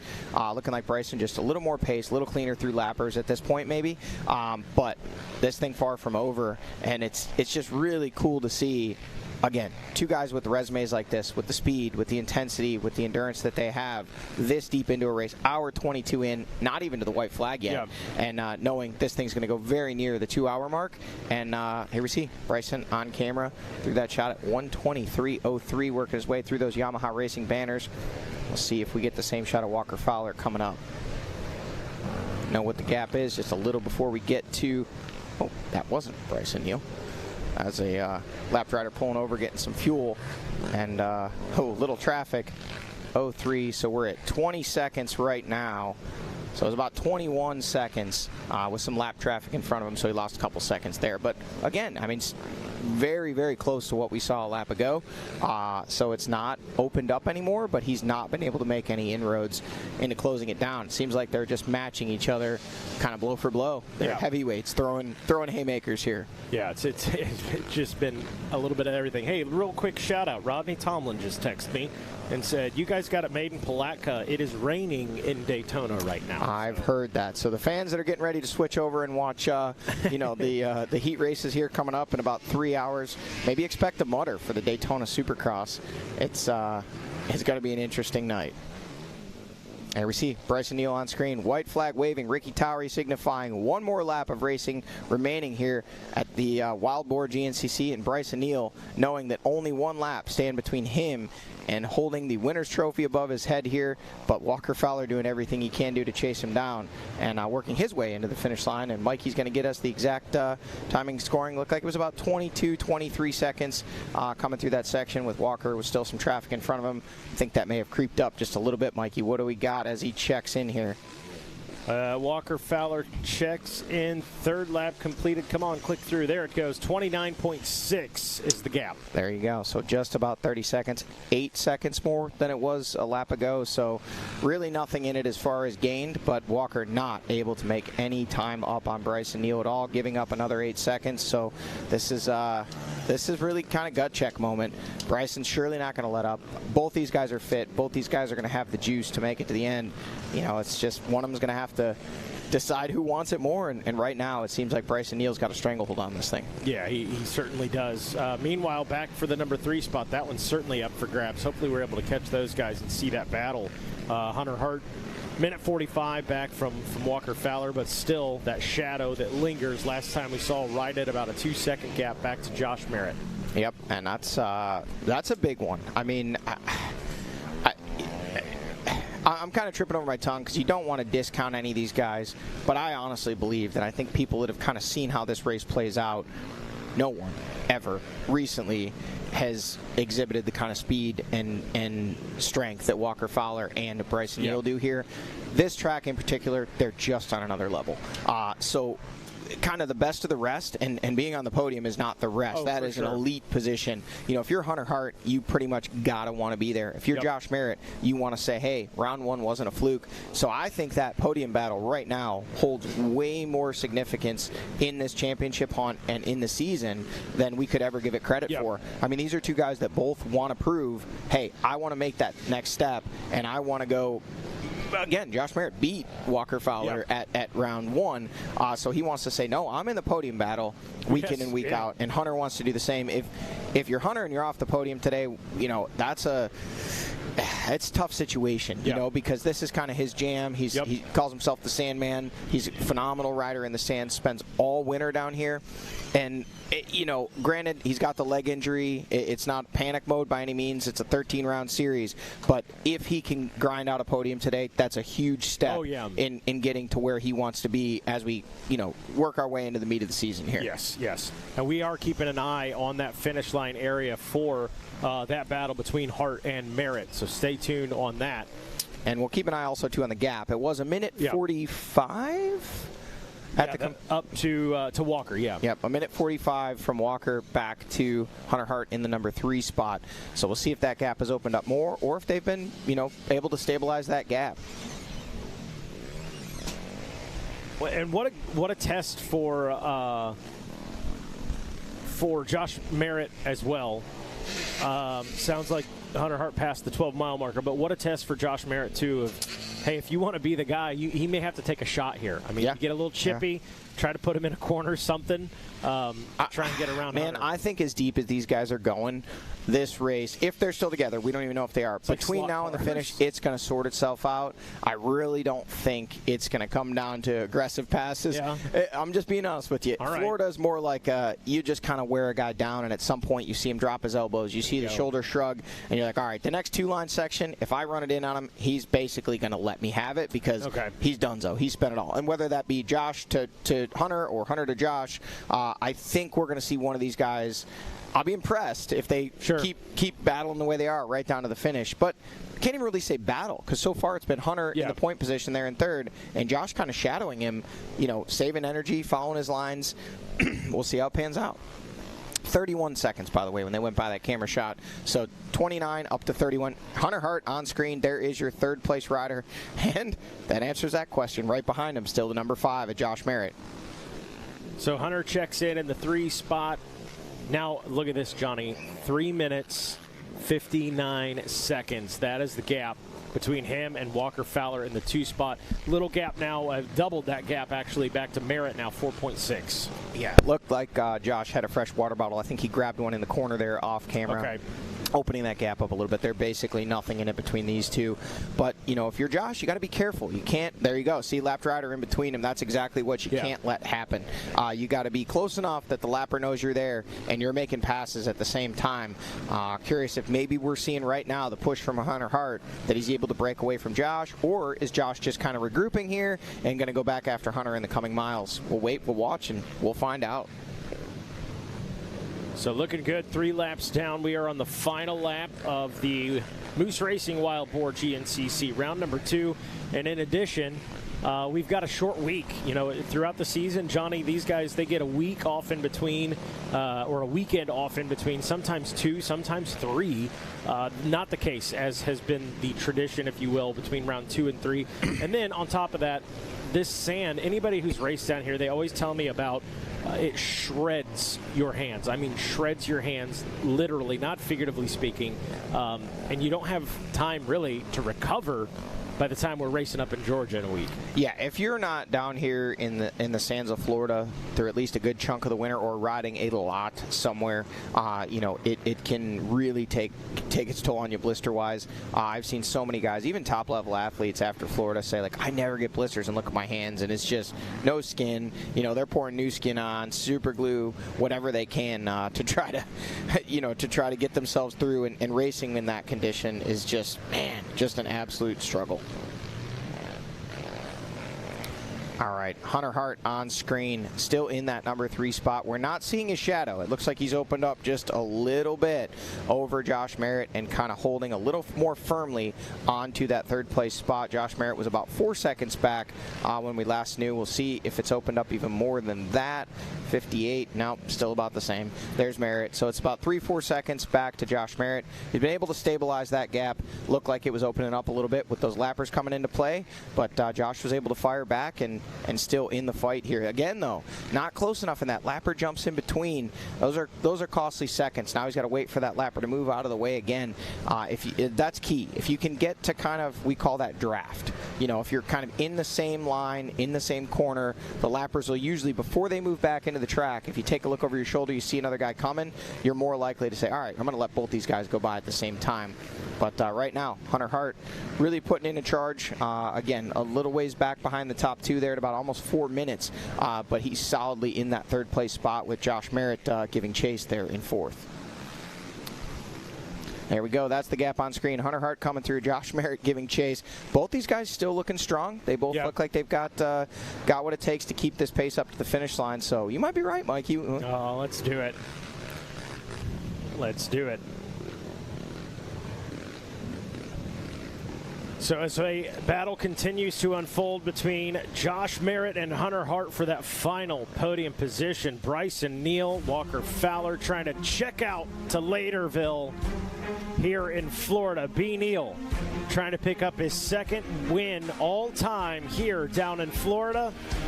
And Walker Fowler trying to return to that glory down here in the sands of Florida. We'll be right back here with more on Racer TV, the Wild Boar GNCC.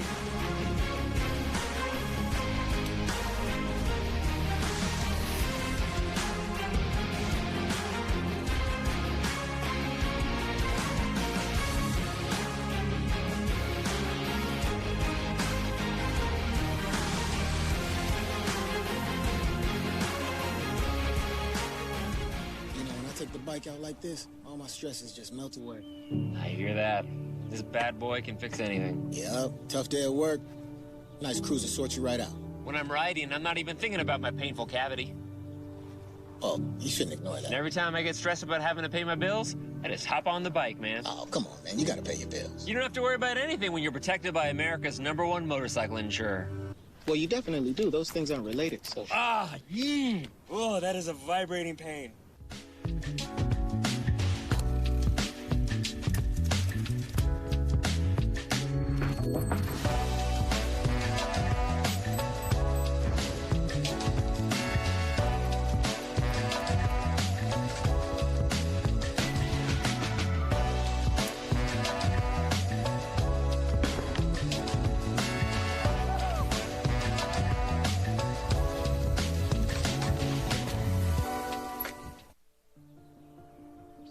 It's a big world out there. How do you choose to see it? When you crave the long canyons, rocky trails, rutted tracks, and lonely highways, they become a part of you. Podiums and personal records, we choose it all. Because life is about moving and feeling. It's about being connected to the adventure. Some just never pull the trigger. They keep waiting, wondering what it means to wander. It's a big world out there. You just need to ride where you belong.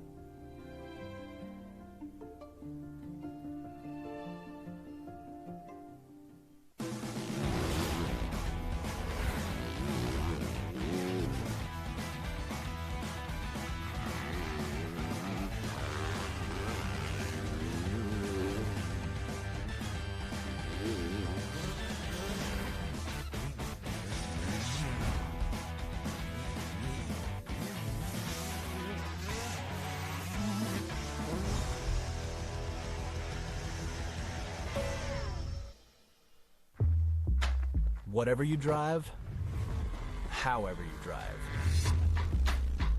AMSOIL specially engineers lubricants to maximize power, performance, and protection in your vehicles, so you can work hard and play hard with confidence.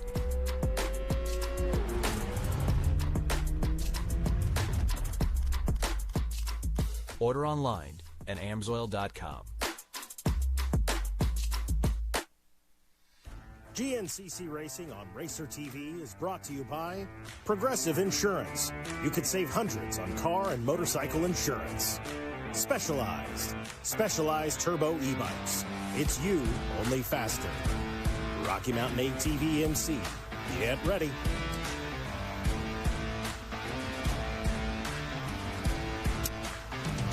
Well, I tell you what, Johnny, look at that drone shot. That is the work of Ian Howes right there. Yeah, unbelievable. I mean, it really gives you that speed perspective of just how fast these guys are flying through the trees.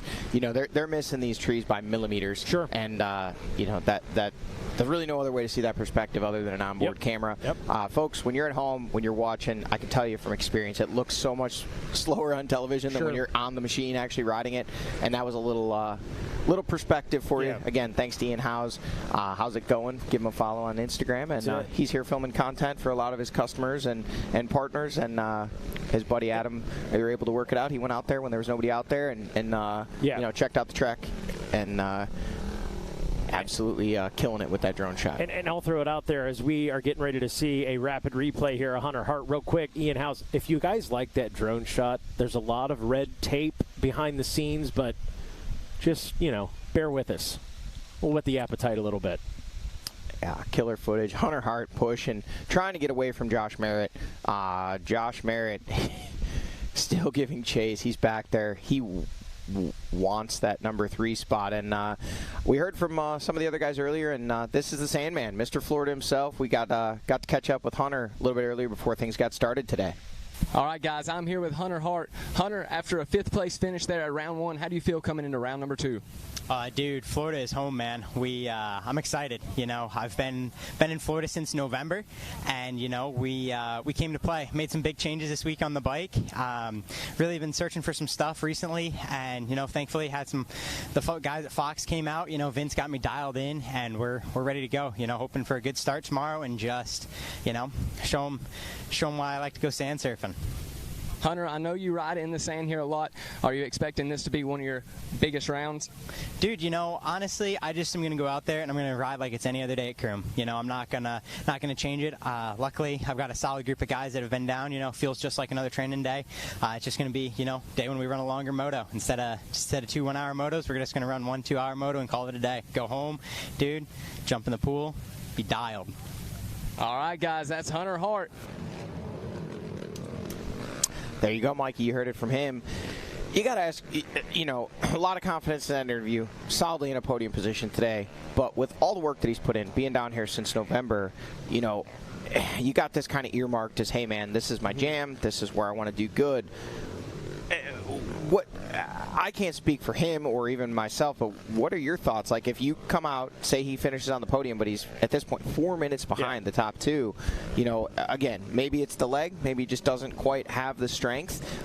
Maybe it's the fact that he wasn't with them, but that's the thing. He was 3rd off the start. He was right there. We don't know the story. We'll hear it on the podium. Sure. Maybe it's, hey, man, I had the pace. I felt like I could run with those guys. I got mixed up, and picked a bad line and lost a couple spots. It's just, so much going on, but it's crazy to see right now the gap. I mean, 4 minutes, we don't see that. We haven't seen that. Think about it. We haven't seen that since going back to 2022 when we saw Bryson and Walker pushing each other. They would open up these obscene gaps over the rest of the guys.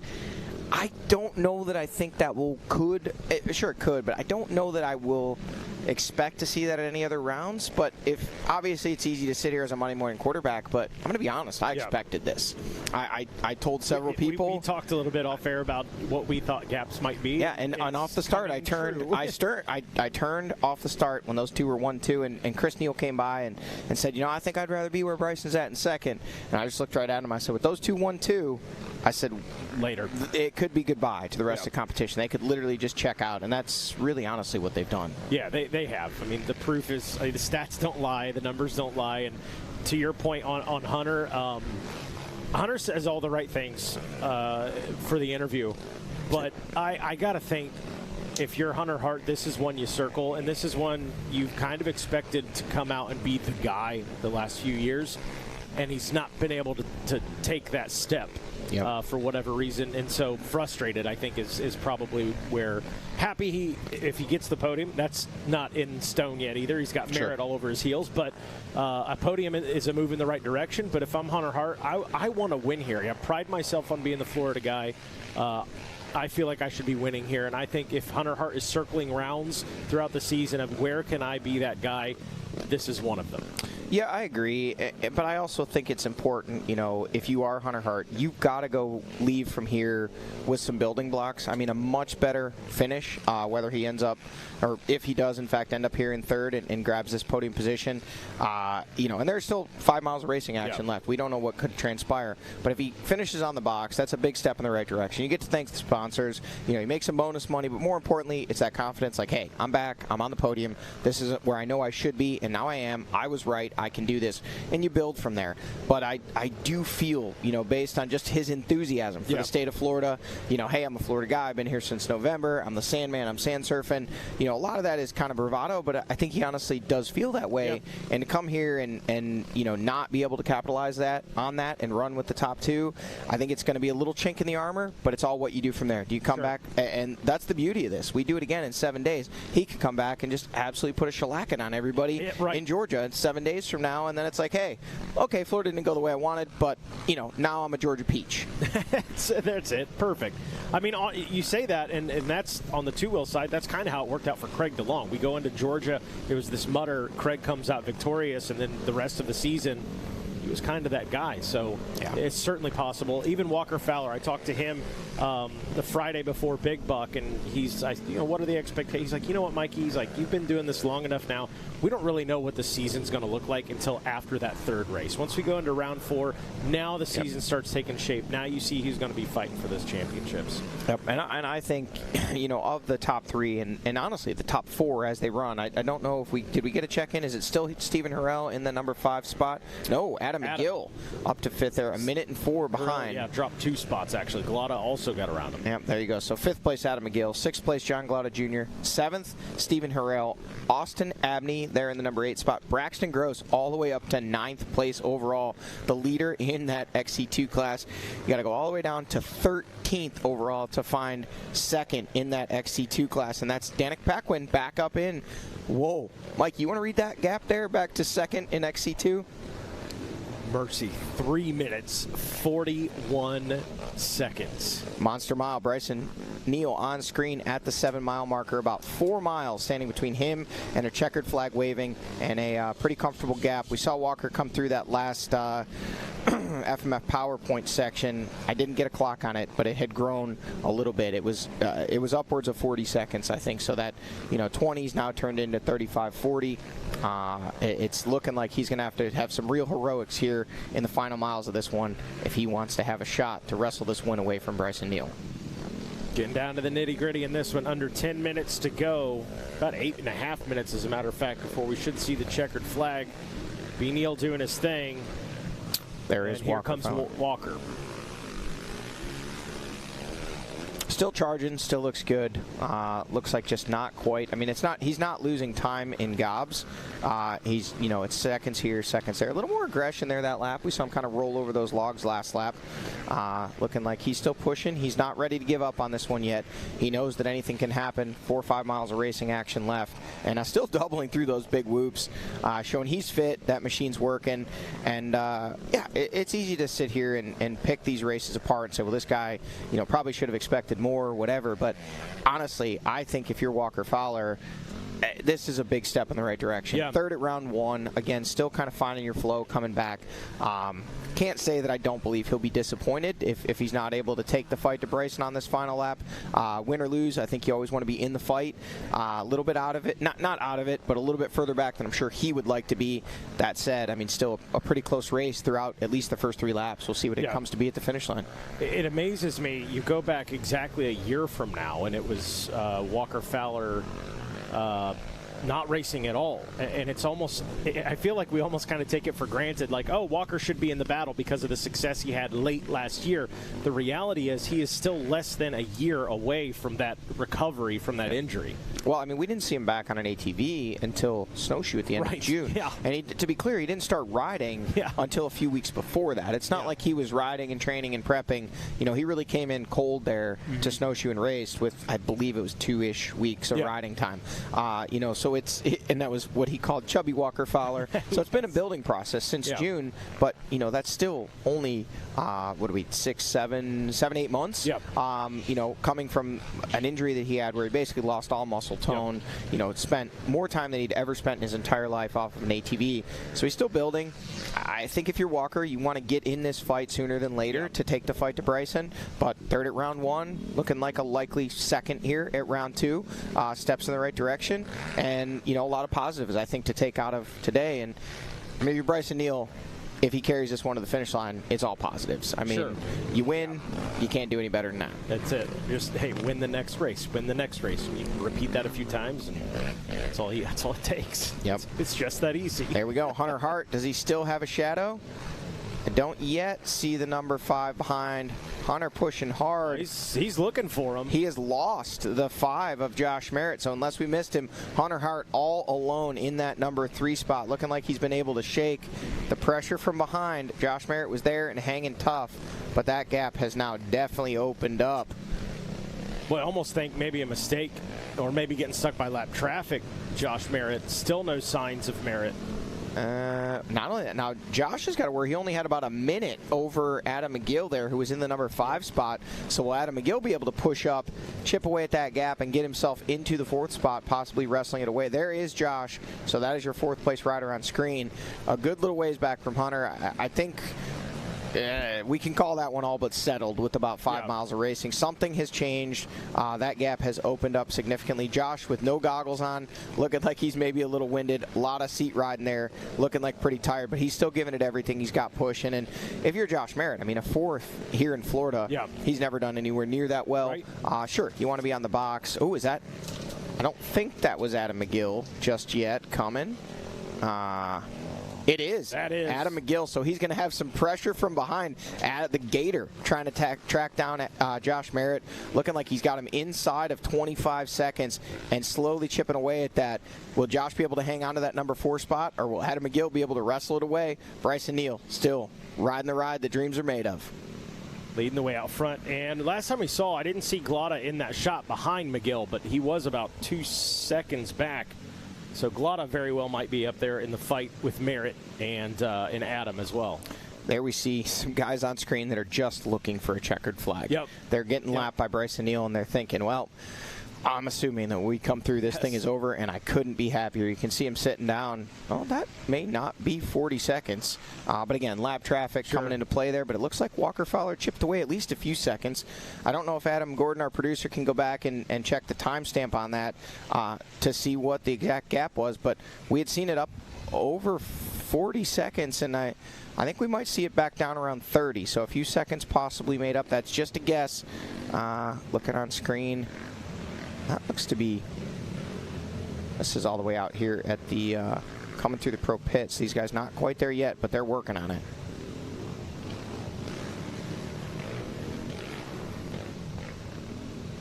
We're looking for the big 38 seconds is what we're being told. So that gap went a little quicker than anticipated. Bryson Neal on screen. That's him on the inside line making the pass on a lapped rider there. Yamaha Racing live drone bringing you that action. 38 seconds. Bryson just kind of managing that gap and knowing at this point with just a few miles to go, he just needs to pick good lines, stay consistent, not give up any time, and he should be able to ride this one in for a win. About 3 minutes away, a little less than for Bryson Neal. Looking good. Back of the jersey's clean. Can't say the same for the front. Swamp Thing. And there he goes. Past Pro Row. Man, I'm really disappointed we didn't get to see a lock-in on camera today. Oh, that's a good point. Maybe we'll see a clock-in when he comes across the finish line. Could be. Yeah, Bryson Neal right now just focused on hitting the good lines. What is the smoothest? Is there anything smooth left out there at this point? No, at this point he's counting down the miles. You know, I think he knows he's got this one pretty well in hand. Again, he's not going to sleep on Walker. He's not going to give up any time. He's not going to let up and save anything. He's fit enough. He knows he'll be recovered when he's got to go racing again in 7 days. And he wants to kind of make a statement at this point, the way he's riding. With a 40-second lead, 38 seconds, I believe Adam Gordon came back and told us, he could let up a little bit here, kind of coasted into the finish line, but he looks like he's just kind of wanting to put an emphasis on this one.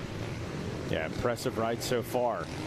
Past Bob Sloan on the all-time wins list at Big Buck, and anticipating him adding another one to it as he continues to try and move up that all-time wins list.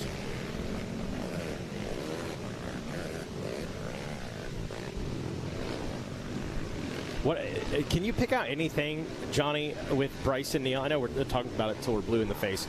Everybody at home complained about us talking about Walker Fowler too much for years. Well, now we're doing it with Bryson Neal. But I'm of the thinking, like, when a guy's doing really, really well, you're doing well when people start hating on you just because you're doing well. Is there anything you can pick out from Bryson in the first 2 rounds of racing outside of the not so great start at Big Buck that you're like, he could improve here? No. I mean, he looks like he's the full package right now. I mean, he's got the program dialed. He looks like his fitness is on point. He's picking great lines. He's carrying good speed. Just looking smooth. He doesn't look like he's rushing things. He's really just kind of methodically, pushing where he can, taking what the track will give him in some other sections, and it's just that confidence. I mean, when everything's going your way, sometimes everything just feels so easy and seems so easy, and that's what it kind of looks like for Bryson Neal right now. I don't see that he's often. We obviously saw the one little miscue he had where he's kind of off the side of the bike, but he hasn't really put a wheel wrong all day long. I don't see anything that he could really improve on. I mean, he's the guy, he's the marker that everybody's trying to chase right now, and he's making it hard for him. If you're Walker Fowler, I think, looking at least the way we saw the race transpire on camera today, really the only thing you could say is, hey man, you got whatever that was. Again, I'm speculating, but Sure. Small mistake, line, whatever it was that went from, okay, I'm right in his draft, I'm right behind him, to in 40 seconds and in one camera shot, it opened up to like 7, 8, 9. This is it, coming to the finish right here. Bryson's got the wraps on this one. If you're Walker Fowler, you got to figure out, hey, I got to stay with this guy, because I was really able to kind of match his pace the rest of the day, but once he got that little gap and I couldn't see him, he was able to open it up. Mikey called this one coming in. Oh, my goodness. Bryson Neal, absolutely sensational. Win number 2 of the 2024 season, and stays perfect through 2 rounds of racing. And now he can start resting for the short week in between now and Georgia Clay next weekend. Ricky Tauru with the waving of that checkered flag. We'll see what that gap is. Bryson actually checking up a little bit that lap. Turned to 29.10. I think 28.5 range. Lap time probably affected by lapped riders. You can see him saying, "Oh man, this thing's tough to steer."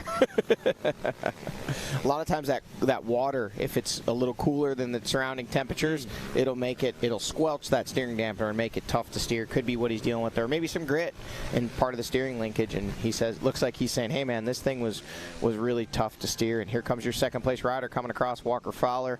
And the gap at the finish line as they checked in was 29 seconds last lap, 47 this lap. So 47 seconds is the difference at the finish line between your winner, Bryson Neal, and second place Walker Fowler. Both of these guys really laying it out, putting in a good push, and you can see Walker just absolutely covered there, looking like he was trying. Looks like he had some issues as well, saying, "Oh, looks like possibly a throttle issue."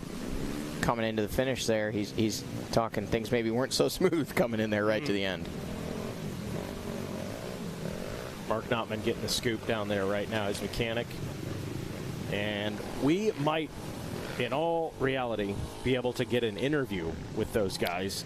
Yeah, I think we're going to see upwards of 5 minutes. Yeah, because it was 3:59 when they checked in with 3 laps completed. And it did look like Hunter Pitt was picking up the pace on that last lap. He was able to shake Josh, and it'd be interesting to see how that pans out. Hunter barring some kind of miscue, I think he's going to hang on to that number 3 spot. Will Josh Merritt be able to hang on to the number 4 spot, or will Adam McGill, possibly John Glauder Jr. as well, be able to get up in that mix and all fight with Josh Merritt over the number 4 spot? So I think, I know we were talking about Hunter Hart. Hey, he expects to win here. He wants to win here. He wants it bad. It's obvious as we're waiting to get an interview with Bryson Neal. I think Hunter Hart's got to feel good about the P3 today. Oh, you have to. I mean, if you're on the podium, you got to be happy with it. You can nitpick and say, I could have done this, should have done that, wish I was closer, but a podium is a celebration, baby. Yeah. So we're standing by, waiting to get a word in with the Bidwell Bullet. Talking to the thanking the crew there. Team. Yeah. Hey guys, we are down here just outside of the finish line. Bryson, man, we did the interview during the race, man. You said it's all about who's willing to suffer, but you had to go and make it even more hard on yourself, man. Take us through what happened and how you got the job done. Well, first off, that start, man, so close to almost getting a whole shot.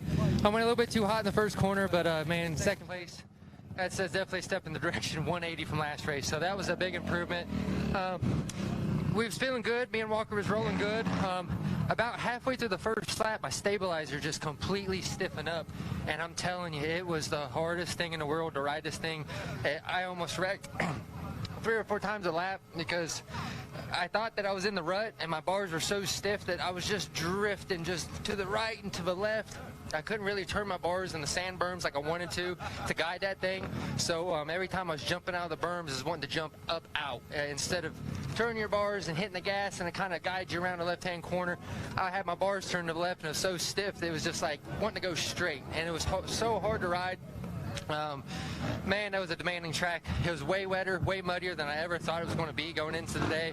Man, the bottoms coming into the finish line right here was absolutely crazy.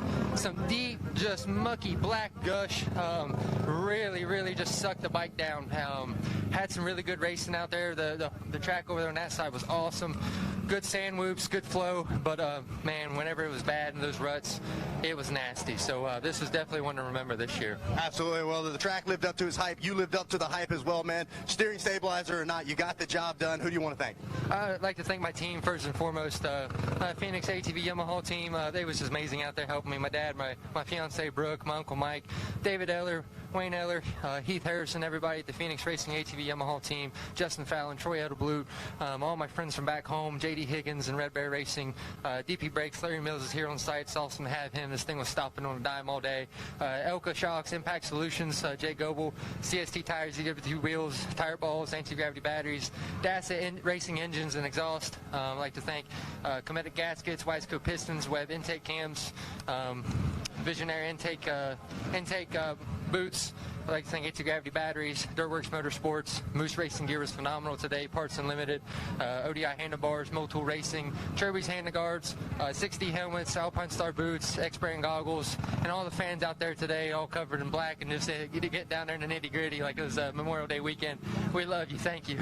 There you go, guys. He didn't make it easy on himself, but it is Bryson Neal getting the win here in Palatka.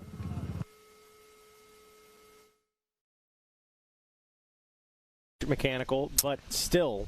No, that factors in. I mean, when your stabilizer's off, it just shows his mental strength. It's one of those things. It definitely does factor in, like he was saying, wanting to push out. Is it something that you can't ride fast? No, absolutely not. But you have to have the mental strength to push through and say, hey, man, I can still make this work. And if you can do that, you do exactly what he did, which is still get the win, even with some adversity thrown your way.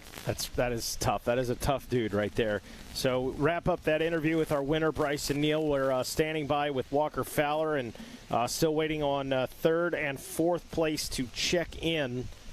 That being Hunter Hart, Josh Merritt back there, and Adam McGill was still hot on the heels, or on the charge rather, of Merritt, as well as John Glotta back there behind him. So see if we get this interview with Walker Fowler. I think they're trying to get that one set up.